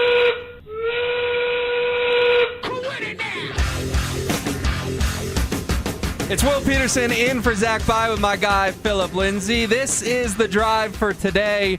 Hey, listen, man, I like a fun-spirited debate. Hold on, when I get backed into a corner, I'm willing to take you guys 1-on-3. That's fine. Will, you're already beat up in the corner, right? You didn't take on Got any black of us. eye, But bloody before nose. we start, woo! Yeah, I do it twice. My bad. Twice a day. Multiple woos.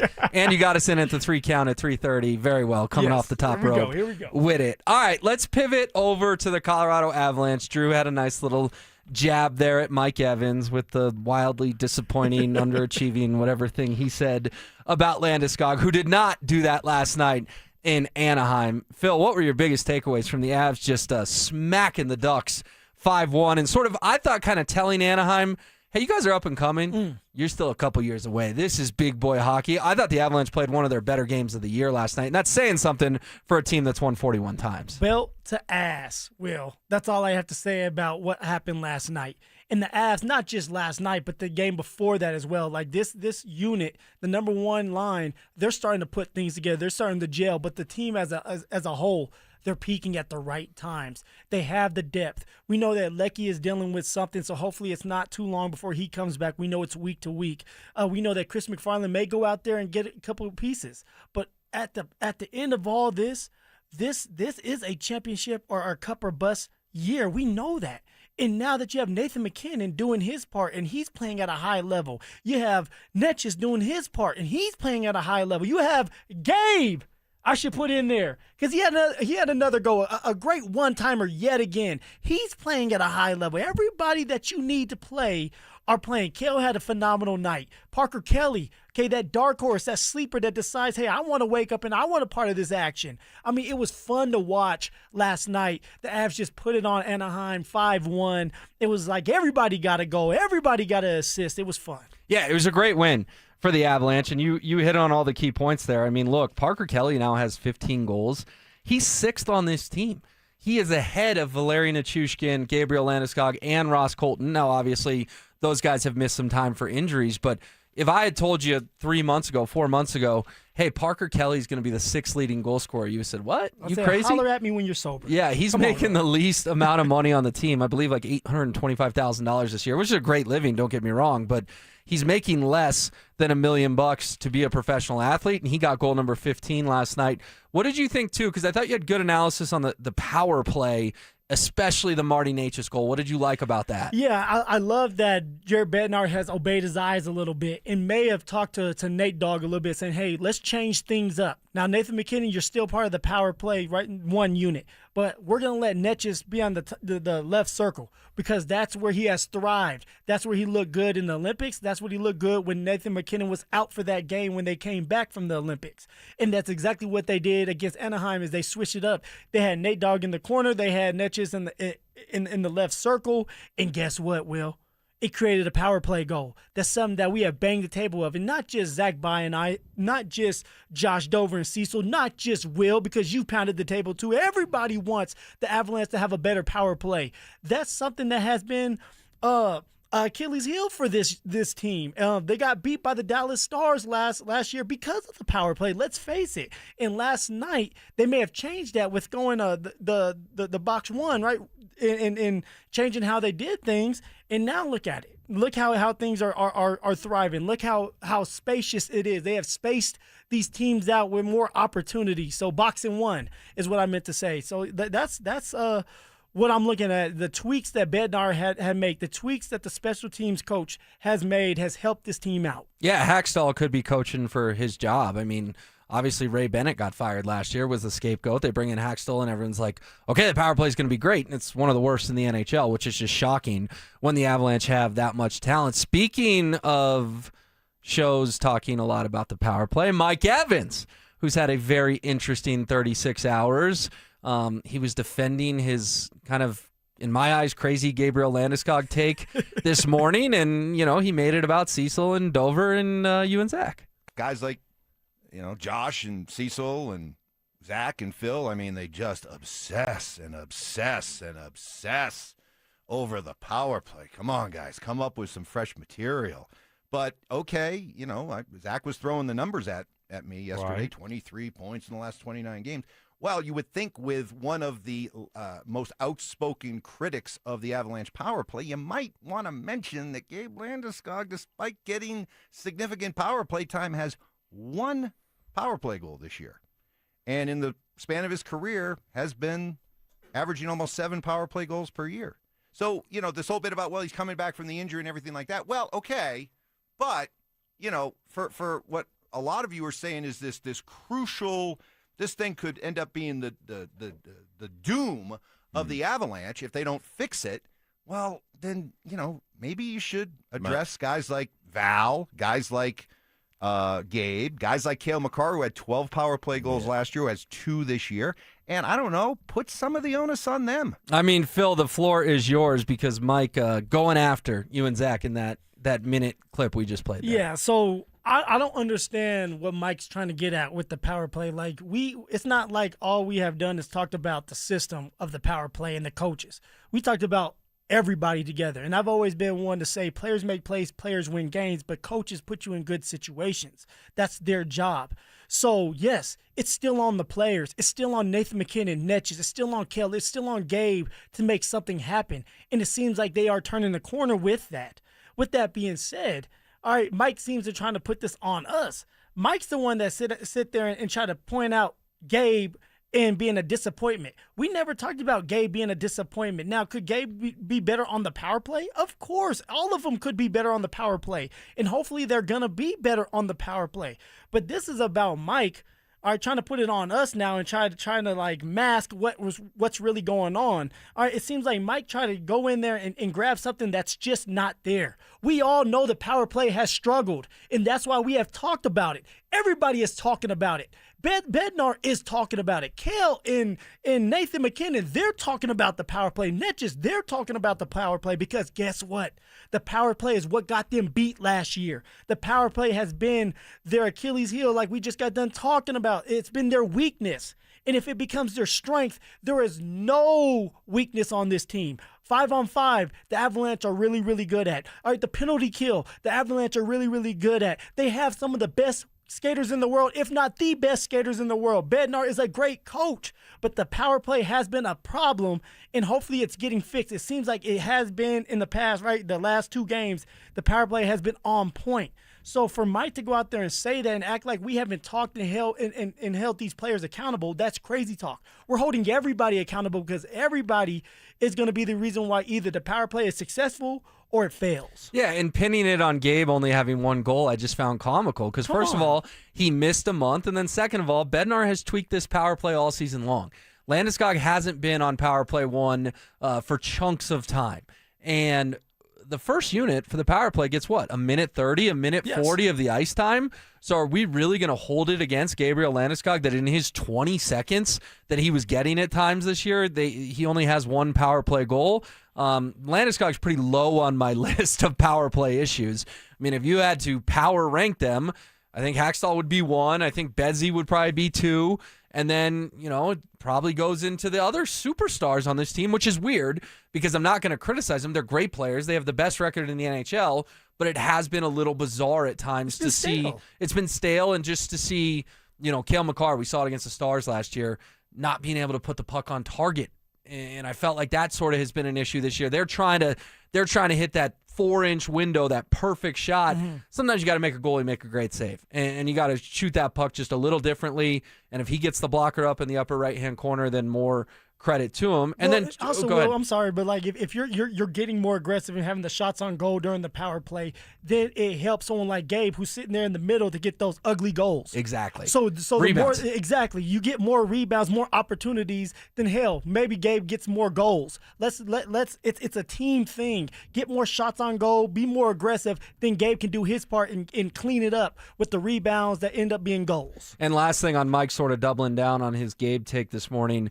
The records are very clear with and without Landeskog. He got hurt in January, went flying into the goalpost. That was the Avalanche's only slump of the season. And also, Phil, they've won 1 playoff series in the last 3 years. Like, leadership has been a major void for the Avalanche when you lose to the Kraken with all the crazy stuff that went on in that Seattle series in round 1. When you're trying to defend a title, by the way.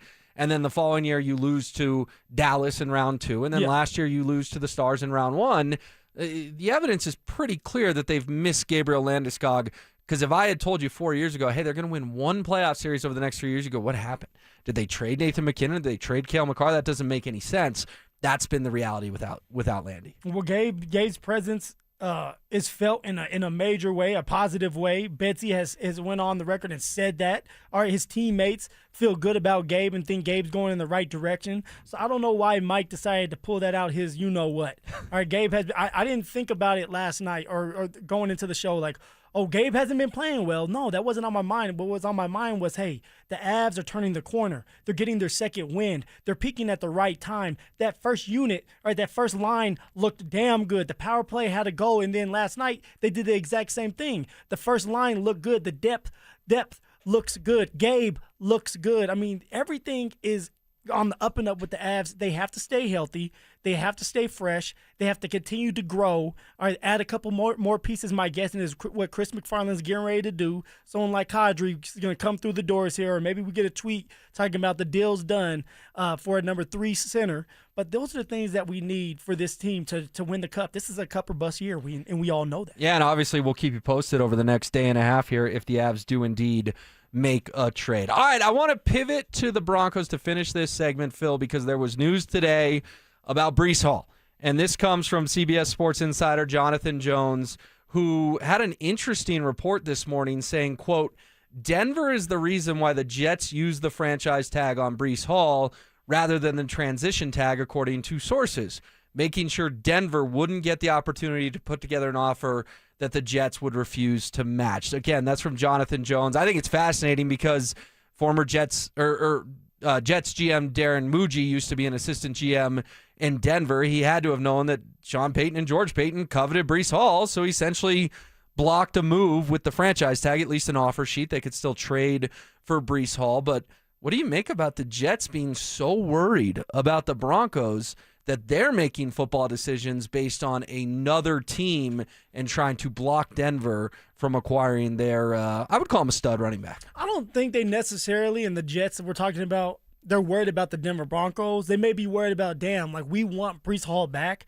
and we know Denver has the money to pay him, so they may pay him a little bit more, and Breece Hall wants out of there anyway. Breece Hall doesn't want any part of the New York Jets anymore.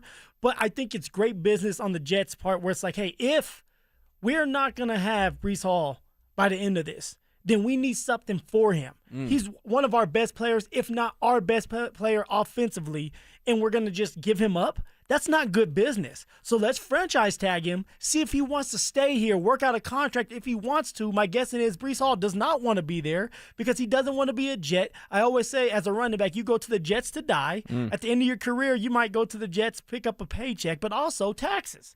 All right, you're getting taxed like a mug over there for being in New York or New Jersey, if that's what you want to call it. It's in New Jersey. I found that out my rookie year.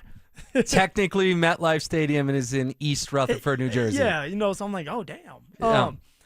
But for business, you want to franchise tag him, and you want somebody to come try to match whatever they're willing to do, and then get a draft pick for Breece Hall or 2 or 3, depending on what they're wanting. But you need draft picks if you're the Jets to rebuild your organization, rebuild your team, and you can use Breece Hall to get the draft picks you need. Well, and Ian Rappaport mentioned yesterday that the Jets are going to use this as a bridge to try to work out a long-term deal with Breece Hall. I think I know your feelings on this, and I think I know Breece Hall's feelings on this. Why would he want to do a long-term deal with the New York Jets? He could get paid just as much elsewhere, and he could actually have a chance to win in a different city and with a different team.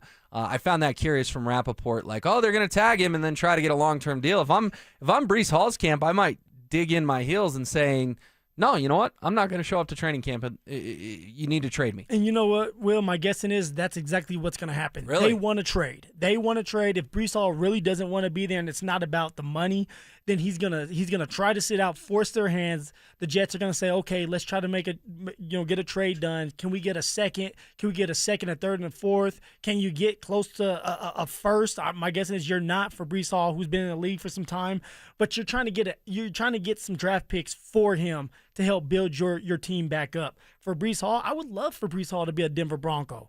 All right, a big, powerful running back that has explosive speed and can take a 1 yard carry that you think is a 1 yard gain and turn it into a 50-yard touchdown. That's what you're looking for, a dynamic running back that can balance out this team, this offense, to help Bo Nix out so there's less stress on Bo, so Bo can maybe stay healthy in the AFC Championship game or towards the AFC Championship game.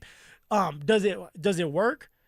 Are the Denver Broncos willing to give up a second-round draft pick for Breece Hall? My guessing is no, not when you have Kenneth Walker III out of Seattle that's going to hit free agency. Not because you have someone like Travis Etienne that's going to hit free agency. You have 2 really, really good running backs that all you have to do is pay the money, 2-year, 3-year deal, and you still have your draft picks. Like, you're going to go that route, my guessing. Well, and I'm glad you brought that up because Jonathan Jones later reported that the Broncos are poised to make a splash at running back next week, Denver would be an obvious landing spot for Kenneth Walker III, but the team could opt for Travis Etienne as a more affordable running back. Okay, so then if we're putting the Hall thing aside for now, and I agree with you, it could still be a possibility, but I think signing a free agent is definitely more likely. Would you lean towards Walker or Etienne in this debate? I went back and forth on this one, Will, because I like Walker, and I tweeted something out during the Super Bowl game, like, "Hey, Kenneth Walker would look good in the Denver Broncos jersey," and I think that's a fact. I think that's the case. His run style fits the run style that the Denver Broncos want: downhill, one cut, get vertical, break tackles, very smart, can catch out of the backfield. But if I'm going with an all-around running back, it's Travis Etienne, and that's the guy on my draft or free agency board because he can do it all. He blocks better than Kenneth Walker. He catches out of the backfield better than Kenneth Walker. He can do more than just a wheel route or a flare out. He can do some choice routes. You can line him up as slot. We're talking about Travis Etienne. He can do a lot, but also in between the tackles, great contact balance. He'll do well with R.J. Harvey. He'll be a pro's pro where he can help R.J. Harvey grow, but also take the brunt of the carries and get to 1,000 yards because Travis Etienne has done it 3 times in his career already. But then I got to ask you, if Etienne is great, which I trust your opinion on it because you played in the league a long time and you're a very successful running back, but if he's so great, then why is Jacksonville letting him walk? That doesn't add up to me. No, and usually you look at it like, okay, why wouldn't some team that drafted him want to keep him? And that's the same with Kenneth Walker. Right? Seattle did the exact same thing. Sometimes you have a different vision. Sometimes you're looking at these young players that are cheaper, and you have to fill your roster, and you have to take care of a couple other positions that may take priority where you're like, we need more defense, and we're willing to give up the paycheck for the defensive player and not the running back. So you have a situation like that, my guessing in Jacksonville, where there's some voids that they have to fill, or some holes they have to fill. You have Devin Lloyd, inside linebacker, that may end up hitting the free agency. So you're going to have to pay for another inside linebacker, or maybe you do pay for Devin Lloyd. If you do that, you don't have a lot of money for the running back position. So for Travis Etienne, he's going to want to test free agency. He's going to want to test another situation where he can thrive, where he can flourish, and it's going to be here with the Denver Broncos, where you have an offensive line, you have a defense, you have a receiver core that's getting better, and you may end up adding a receiver or two to the mix later on, a quarterback that you can rely on.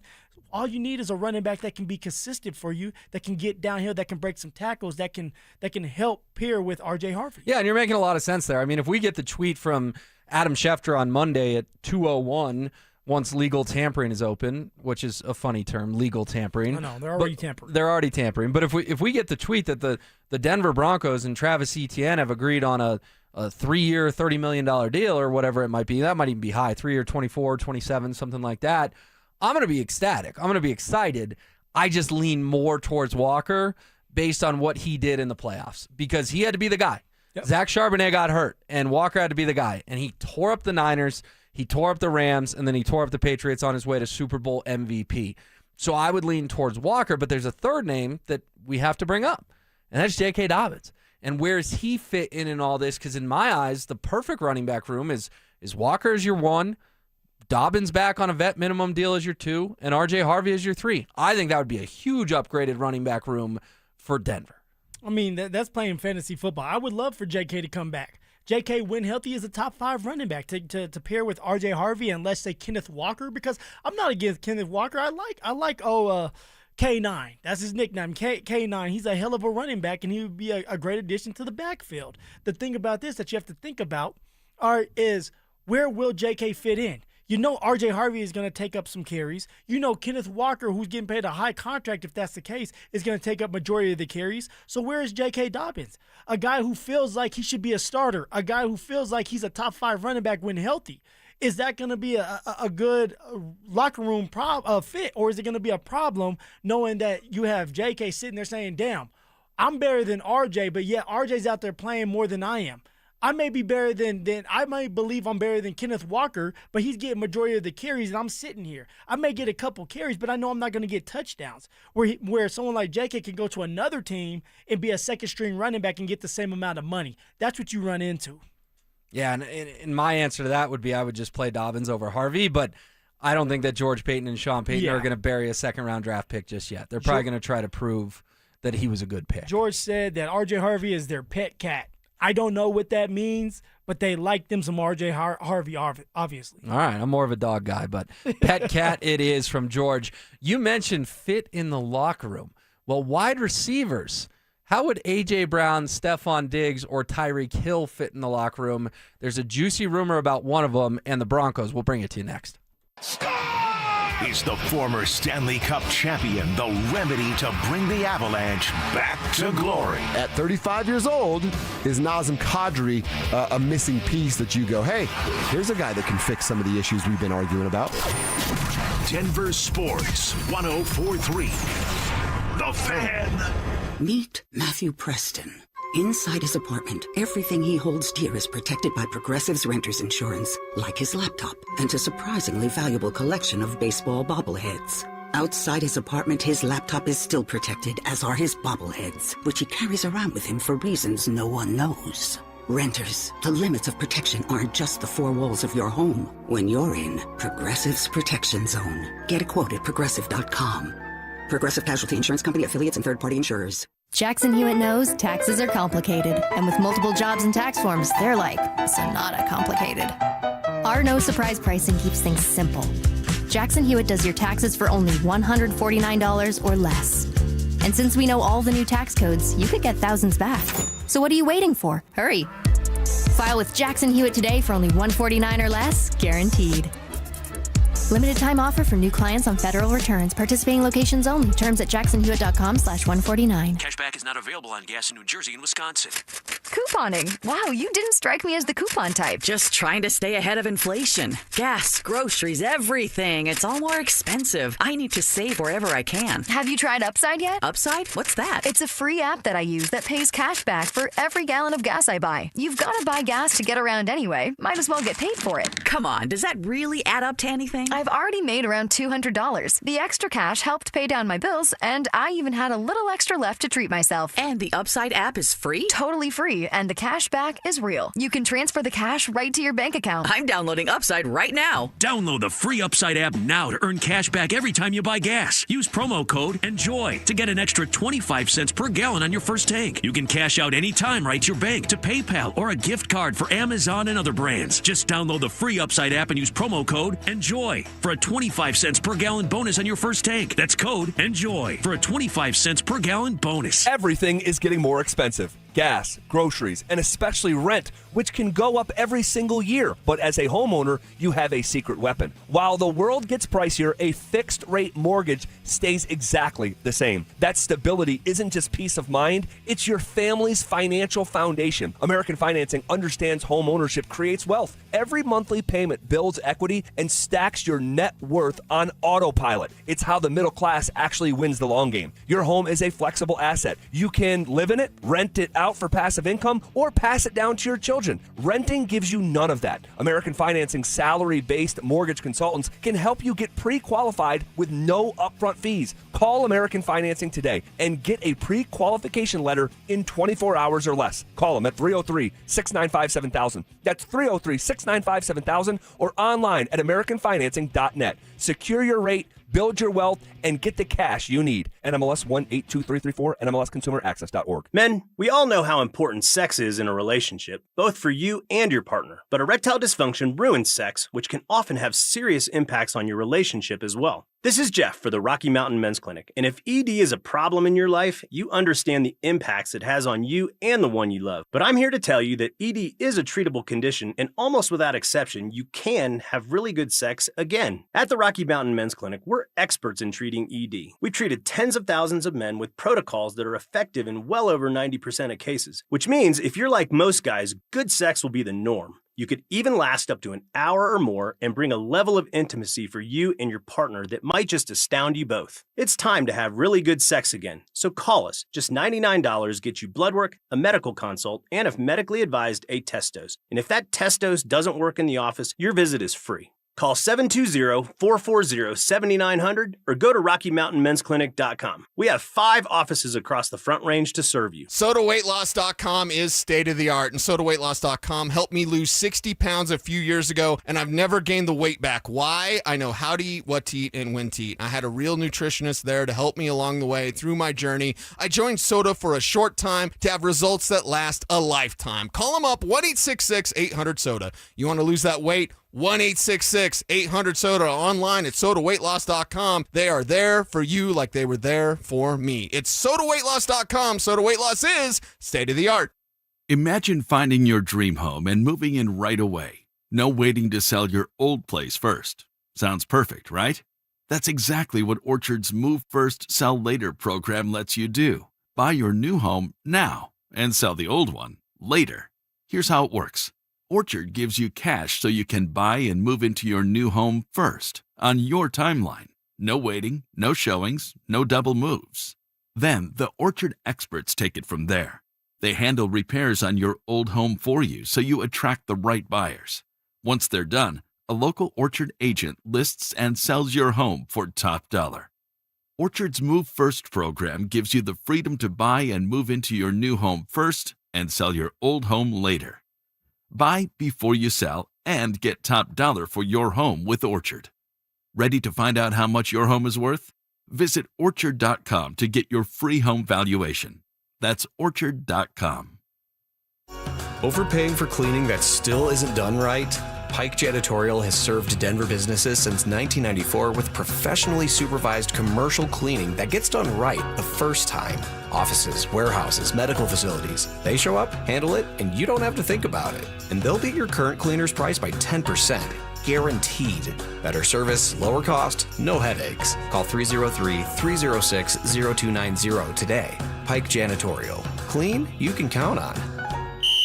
Denver Sports Snapshot. Tonight on ESPN Denver 1600, CSU basketball faces New Mexico with pregame starting at 7:30. Presented by Gebhardt BMW, your trusted family dealer since 1975. It's The Drive with Zach By and Phillip Lindsay on Denver Sports 104.3 The Fan.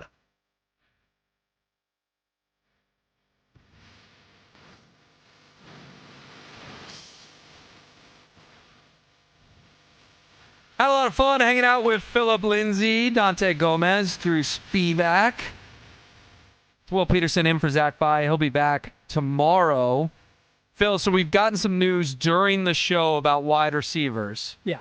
We got some news on A.J. Brown and Cortland Sutton this morning, but we also found out that Stephon Diggs will be released after just one season in New England, ready to become a free agent when the new league year begins next week. And that is on the heels of ESPN's Jeremy Fowler saying that the Eagles may want to trade A.J. Brown for a veteran wide receiver, and some around the league are proposing a one-for-one swap A.J. Brown for Cortland Sutton. So a lot to unpack here.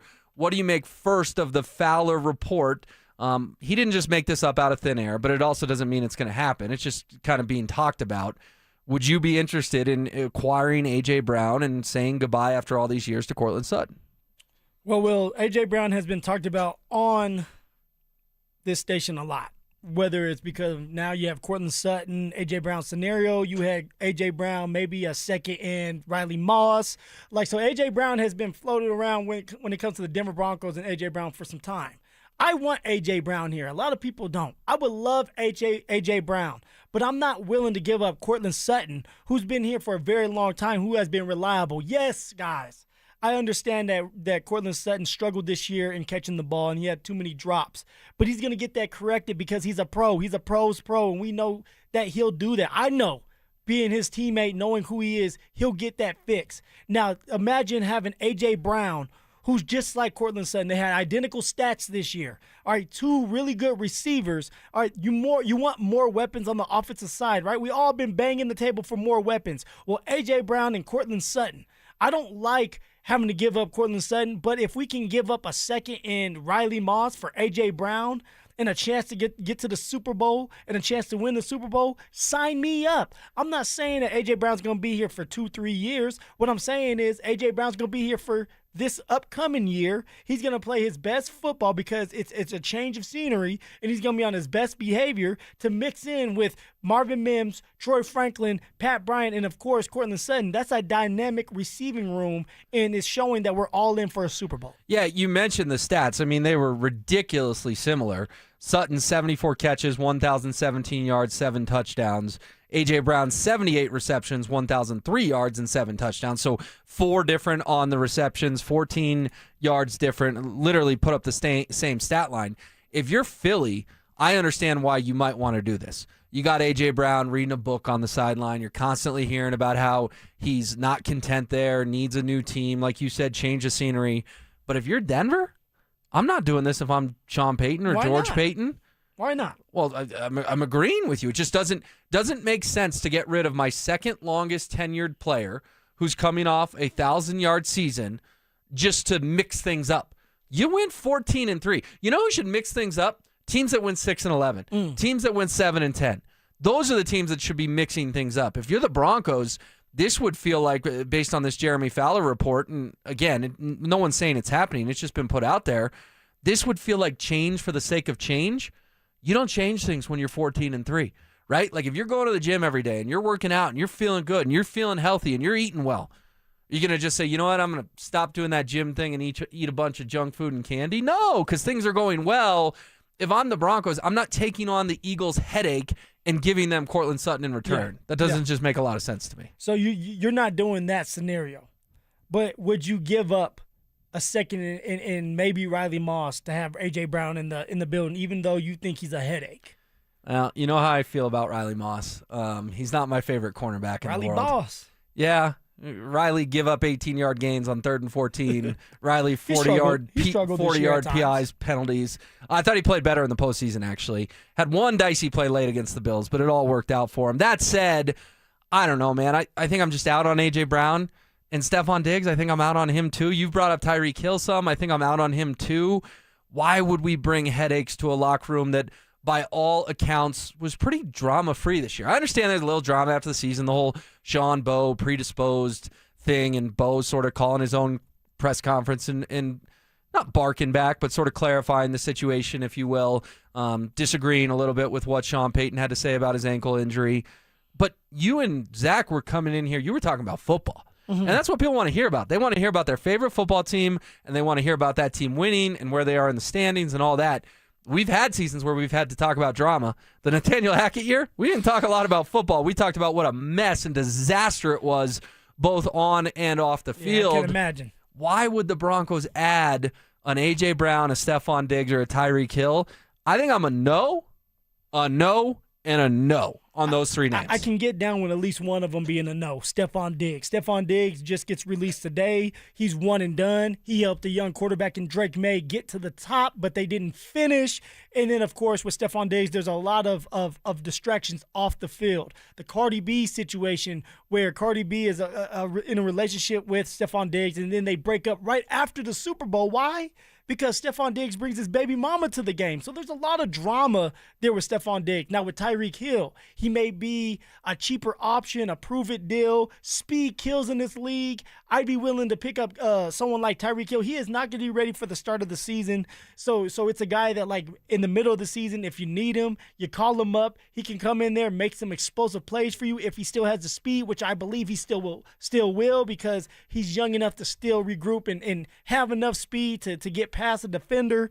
And then for A.J. Brown, he's still young, 27 years old, 28 years old, I think he's 28. Identical to kind of Courtland Sutton, big body, change of scenery would do him well, and he can help Bo Nix continue to grow. Another weapon for Bo. Give me A.J. Brown. Okay, well, A.J. Brown is 28. You got that part right. But I got to say, Phil, I'm listening to you talk about – I wasn't saying that as a shot. I was just confirming because you were 27, 28. You were right, 28. Okay. So I was giving you a little credit, baby credit. And then I was going to push back. Yeah. How can you talk about Diggs and Cardi B and the situation with the chef and say that's enough for me, which obviously the allegations are very serious, and he's due back in court in about a month, and we'll see how his legal situation plays out in terms of Diggs. But Tyreek Hill's got a lot of off-the-field baggage as well. A.J. Brown's got a lot of locker room drama attached to him as well. It's just funny to me that you're out on Diggs for some non-football reasons, but you're willing to look past the bad non-football reasons for Diggs and Brown. Because what for Hill and Brown. Usually for Diggs. Now this year, I believe it was different. Diggs was on his best behavior because he wanted to prove that he could be there, and he got a crazy contract coming off an ACL injury. When I've heard and I've talked to people about Tyreek Hill, it's never about the locker room. It's the off the field issues with my man in the offseason. When it comes to AJ Brown, it's not as much of the locker room talk that people want to put out there with the man. It came down to maybe Jalen Hurts, and it came down to the head coach over there not being on the same page. But being a locker room problem, AJ Brown has never been a locker room problem for his teammates. It's been the other stuff with the quarterback and the head coach. All right, so you're a yes on A.J. Brown and Tyreek Hill, no on Diggs. And Diggs is 32 years old, man. He doesn't have the speed. I'm not in with Diggs. I can hang in there with Tyreek Hill because of the speed, because what he can bring to the table if healthy. All right, I'm a no on all three of them, but we did find some common ground, at least on Diggs. He gets released. Anytime this point in the year when someone gets released, you see Broncos Twitter, what about Stephon Diggs in Denver? And you and I are both kind of a no-go on that guy. Coming up next, what did we learn today in Denver sports, including some Nuggets injury updates that just dropped, plus a tight end just got released. Does it make sense for the Broncos? We'll dive into it. They say history repeats itself, but this is a cycle no one expected. Can the Nuggets change this narrative before it's too late? Nikola Jokic has not won back-to-back games since the week before Christmas. It's March. Denver Sports 104.3. The Fan. Jackson Hewitt knows taxes are complicated, and with multiple jobs and tax forms, they're like Sonata complicated. Our no surprise pricing keeps things simple. Jackson Hewitt does your taxes for only $149 or less. And since we know all the new tax codes, you could get thousands back. So what are you waiting for? Hurry. File with Jackson Hewitt today for only $149 or less, guaranteed. Limited time offer for new clients on federal returns. Participating locations only. Terms at jacksonhewitt.com/149. Hey, John, why so glum? I just got let go. The company's downsizing. This is the third time in the last 2 years. I'm done with this. Have you thought about My Computer Career? I've heard they can train you for a career in IT in just a few months, including cybersecurity and the basics of AI. And you don't need prior training or experience. Now that's a recession-resistant career. Wow, thanks. I'll check them out. Go to mycomputercareer.edu and take the free career evaluation. Mycomputercareer.edu, an Elite CompTIA certification partner. Financial aid is available to those who qualify, including VA benefits. Jacob's Law and 303 Law 4040. I want to tell you about one of the cases I'm most proud of. And it's not because the number is eye-popping, although it is. It's because the clients trusted us to get them justice, and we delivered for them. Our clients were a wonderful couple, weren't looking to get rich. In fact, they kept saying, Dan, we're not looking to set any records here. But they were seriously injured, and despite promising to take care of them, when it came time to do the right thing, the insurance companies played hardball. We set it for trial and wound up getting $8.5 million. Plus, my lovely wife, Kimberly, was able to get all of their medical bills wiped out, putting hundreds of thousands of extra dollars in the clients' pockets. We were proud to help because our clients were good-hearted people who deserved justice. We hope you never need us, but if you do, we are here to help at 303 Law 4040, where you always get to meet directly with me and my lovely wife, Kimberly. Save that number in your phone. You never know when you're going to need it. That's 303 Law 4040. At Belco Credit Union, we want to make your dream renovation a reality. Maybe that means a modern kitchen upgrade or a luxurious new bathroom. With Belco's Home Equity Choice line, you can get easy access to funds with the freedom and convenience of a home equity line of credit, plus the security and stability of a home equity loan. Plus, Belco is also offering low rates for qualified borrowers. Thinking about upgrading your home's HVAC? Then Day and Night Mechanical Solutions of Denver can help and save you money. You may qualify for up to $20,000 in rebates through the Colorado HERE program and Excel Energy for energy-efficient heat pump systems. Day and Night Mechanical has the inside track on this program and will guide you through every step.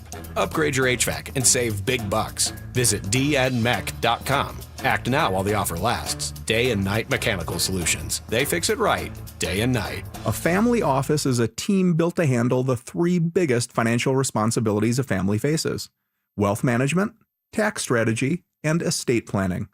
Most firms only manage your investments and refer the rest out, hoping everyone stays aligned. At Trajan, we built something different. Your wealth, tax planning, and estate planning are handled together inside one firm under one roof. There's no guessing whether your CPA, advisor, and estate attorney are truly in sync, because our team works together every day on your behalf. When your financial life becomes more complex, your advice should become more coordinated, not more fragmented. One plan, one trusted team. Call Trajan today, 720-204-8100. That's 720-204-8100. Trajan Wealth, an SEC-registered investment advisor. Additional services through Trajan Estate and Trajan Tax. Additional disclosures and accreditation at TrajanWealth.com. You can't always predict what's next, but you can be ready for it in a BMW SUV. The performance-driven X1 comes built for every journey, while the X3's sporty design and innovative technology keep your drive connected. The X5 blends performance with a commanding presence, or make it even bigger with 3 rows of luxurious seating in the X7. For every road, there's an X built to drive it. BMW, the ultimate driving machine. Gebhardt BMW, your trusted family dealer since 1975.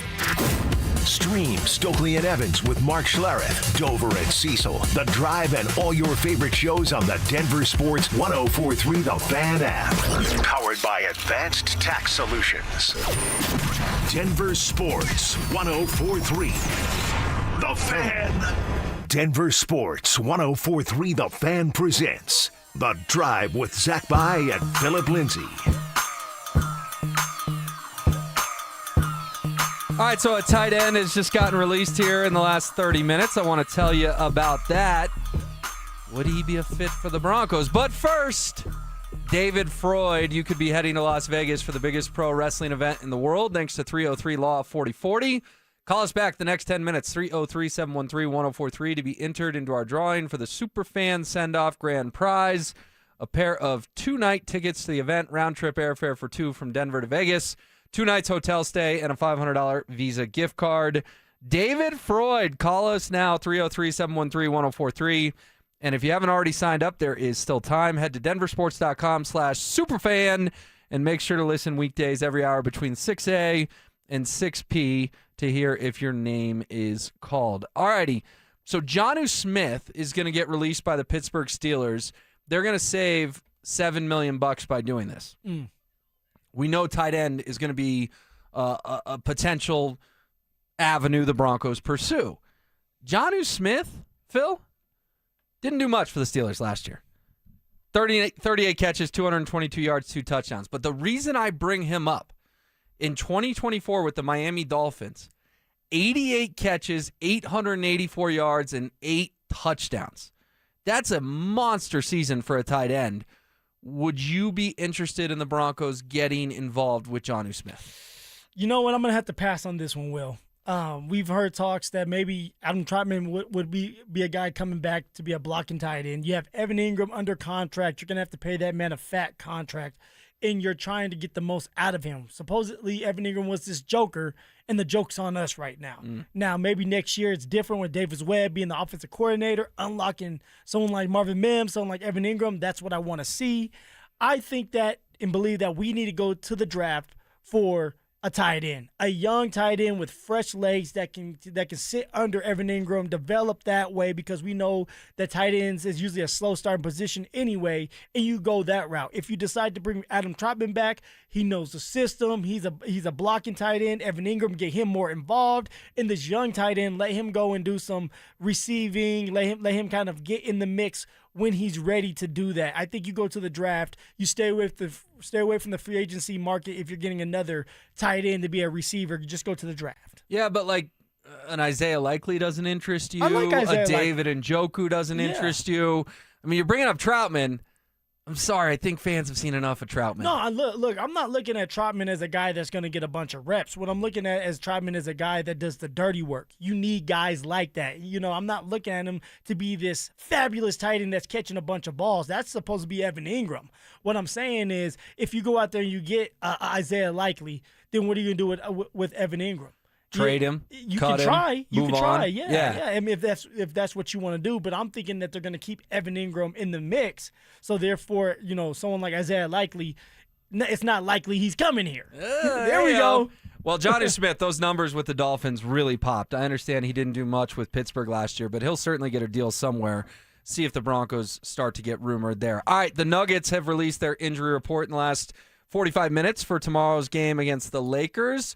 Your boy, Cam Johnson, is questionable with ankle inflammation.